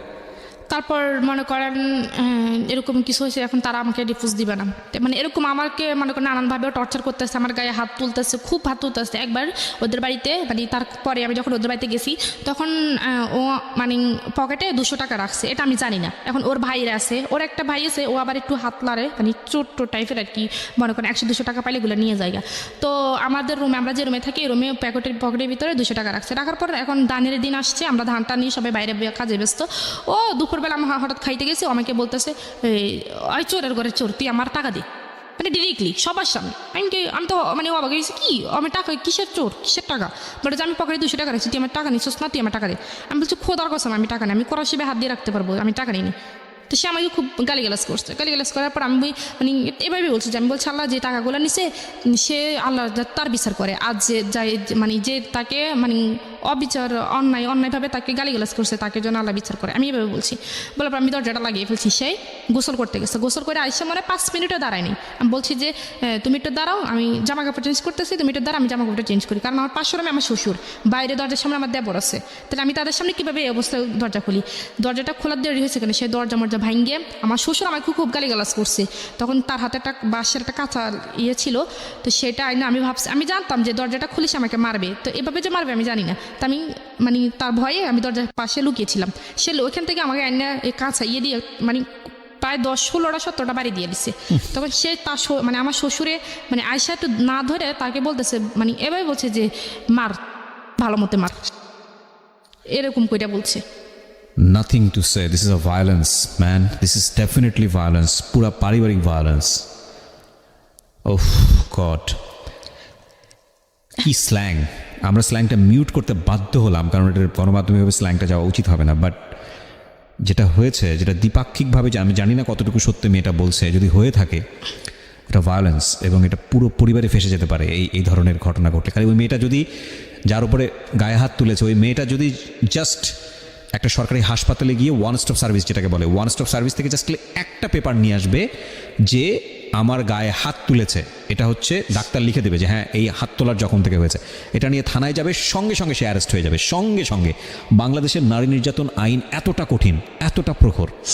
কি করলেন আপনি তারপর আমার যে জায়গায় বাড়িছে সে জায়গায় রক্ত কালো হয়ে জমাট বেঁধে গেছে। হ্যাঁ। তো তারপর আমার আম্মুরে খবর দিচ্ছে, আমার আম্মা আসছে, আসছে আমার আম্মার মানে উল্টা আমার নামে সত্য মিথ্যে যা আছে আমার আম্মার কাছে বললে আমার মানে আম্মার আর আমার মাঝে একটা ভুল বুঝাবুঝি রাখছে। তখন আম্মা আমার কথা বিশ্বাস না করে ওদের কথা বেশি, তখন আমি এগুলো দেখাইছি, দেখানোর পর বলতেছে তোর দোষে তুই মার খেয়েছিস এগুলো বলছে। তখন সে আমাকে কোনো ওষুধপত্র কোনো কিছু কিনে দেয় না। তখন আমি অনেক দিন ব্যথায় ভুগছি, ভোগার পরে আমি আমার আব্বুর কাছে বলছি, আব্বুর কাছে আমি ছবি তুলে পাঠাই দিছি, দেখেন আমাকে কি করছে, মানে এই গায়ের যে আঘাতের ছবিগুলো, মানে যে জমা ওইটার ছবি তুলে পাঠাই দিছি। তো আমার আব্বু বলতেছে ঠিক আছে তুই এক্ষুনি চলে যা। তো আমি বলছি ওরা তো আমার যাইতে দিব না।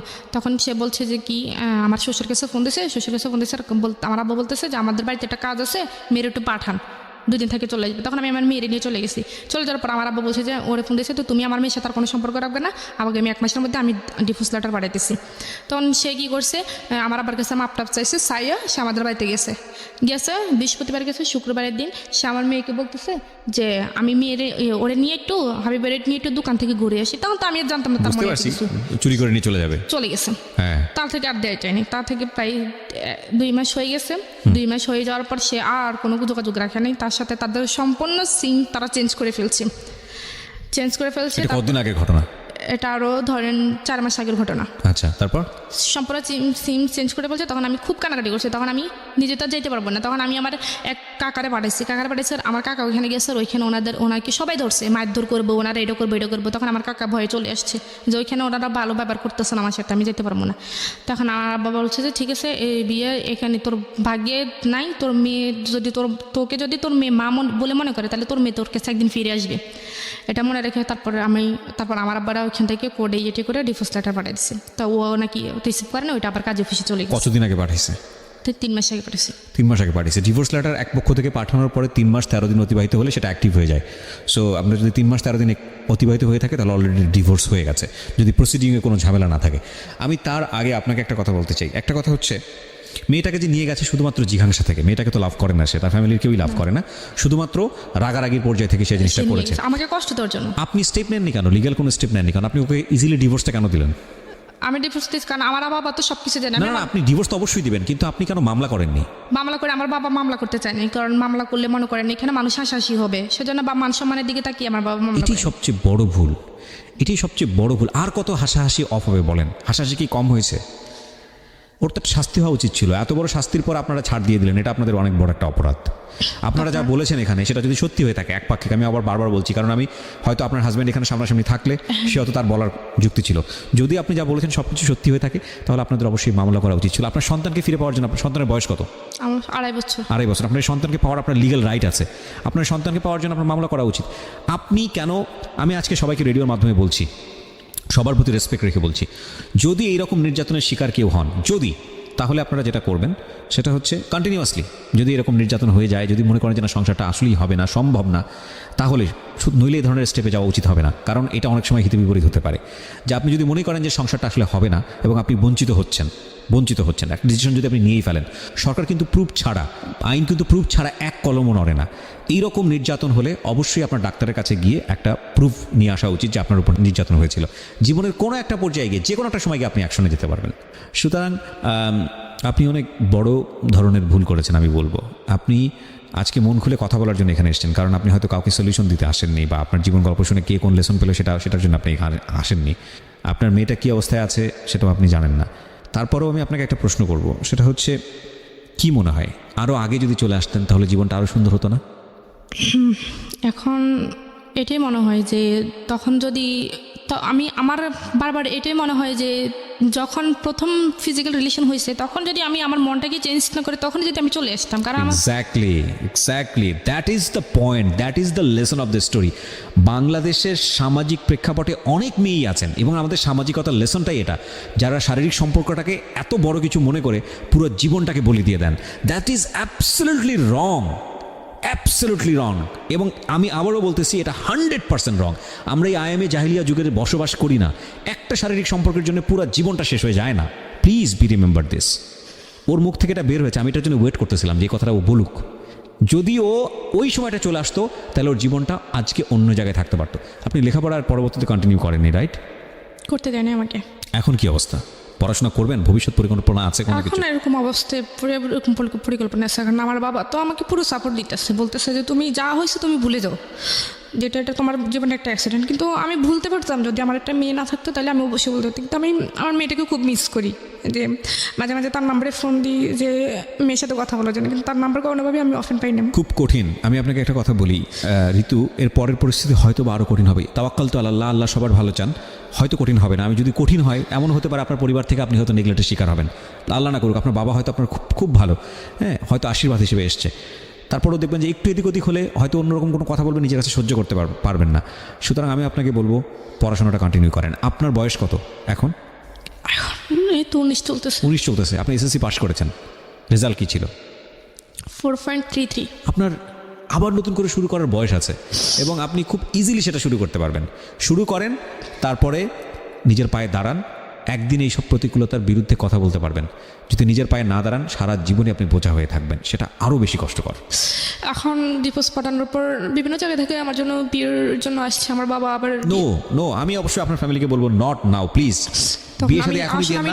আমি ডিসাইড করছি আমি যে আমার জীবনে বিয়ে একটা হয়ে গেছে, কারণ আমার যেটা না আপনি এটাও ডিসাইড করেন না। বিয়ে একটা ভবিষ্যতে, এটা ঠিক আছে, এটা নিয়তির উপর ছাড়েন। বিয়ে আপনি করবেন, আপনার বিয়ে করার জন্য যথেষ্ট বয়স আছে, কিন্তু লেখাপড়া করেন, নিজের পায়ে নিজে দাঁড়ান, অর্থ রোজগার করেন, তারপর একটা সিদ্ধান্ত নেন। তার আগ পর্যন্ত সিদ্ধান্ত নিন না, নইলে এর চেয়ে ভয়াবহ ঘটনা যে ভবিষ্যতে ঘটবে না তার কোনো গ্যারান্টি আছে? আপনার বাবা মাকে এটা বোঝান। আজকের এই অনুষ্ঠানটা তাদেরকে শুনতে বলবেন। আমি আপনাদেরকে রিকোয়েস্ট করছি, প্লিজ আপনার মেয়েকে আপনি স্বাবলম্বী না করে তাকে বিয়ে দিয়েন না। আপনার মেয়েকে অবশ্যই লেখাপড়া করান এবং তার নিজের পায়ে দাঁড়ানোর মতো সক্ষমতা অর্জন করার পরে তাকে বিয়ে দেন। ও দেখতে শুনতে মাশাআল্লাহ ভালো আছে, ওর বয়স অনেক অল্প, এখনই বিয়ে দেন না, কারণ এর চেয়েও ভয়াবহ ঘটনা কিন্তু ওর সেকেন্ড লাইফে ঘটতে পারে। সো প্লিজ এখনই বিয়ে দেন না। আমরা আজকের এই অনুষ্ঠানটা শেষ করতে চাই শুধু একটা কথাই বলে। 2-3টা জায়গায় অনেক বড় ধরনের গলদ আছে। একটা হচ্ছে যে এই যেই ছেলেটার কথা আজকে এখানে এসছে রবিউল, তার মতো মানুষ আমাদের সমাজে ভরপুর, অনেক আছে। আমরা সব রবিউলকে সংশোধন করতে পারবো না, কিন্তু রবিউলরা যদি আমাদের জীবনে আসে তাহলে আমাদের কি করা উচিত সেই জায়গাটায় অনেক বড় একটা শিক্ষা আছে, বিশেষ করে মেয়েদের ক্ষেত্রে। একটা শারীরিক সম্পর্ক পুরো জীবনটা শেষ হয়ে যায়, এটা যারা মনে করে তারা বোকার স্বর্গে বসবাস করে।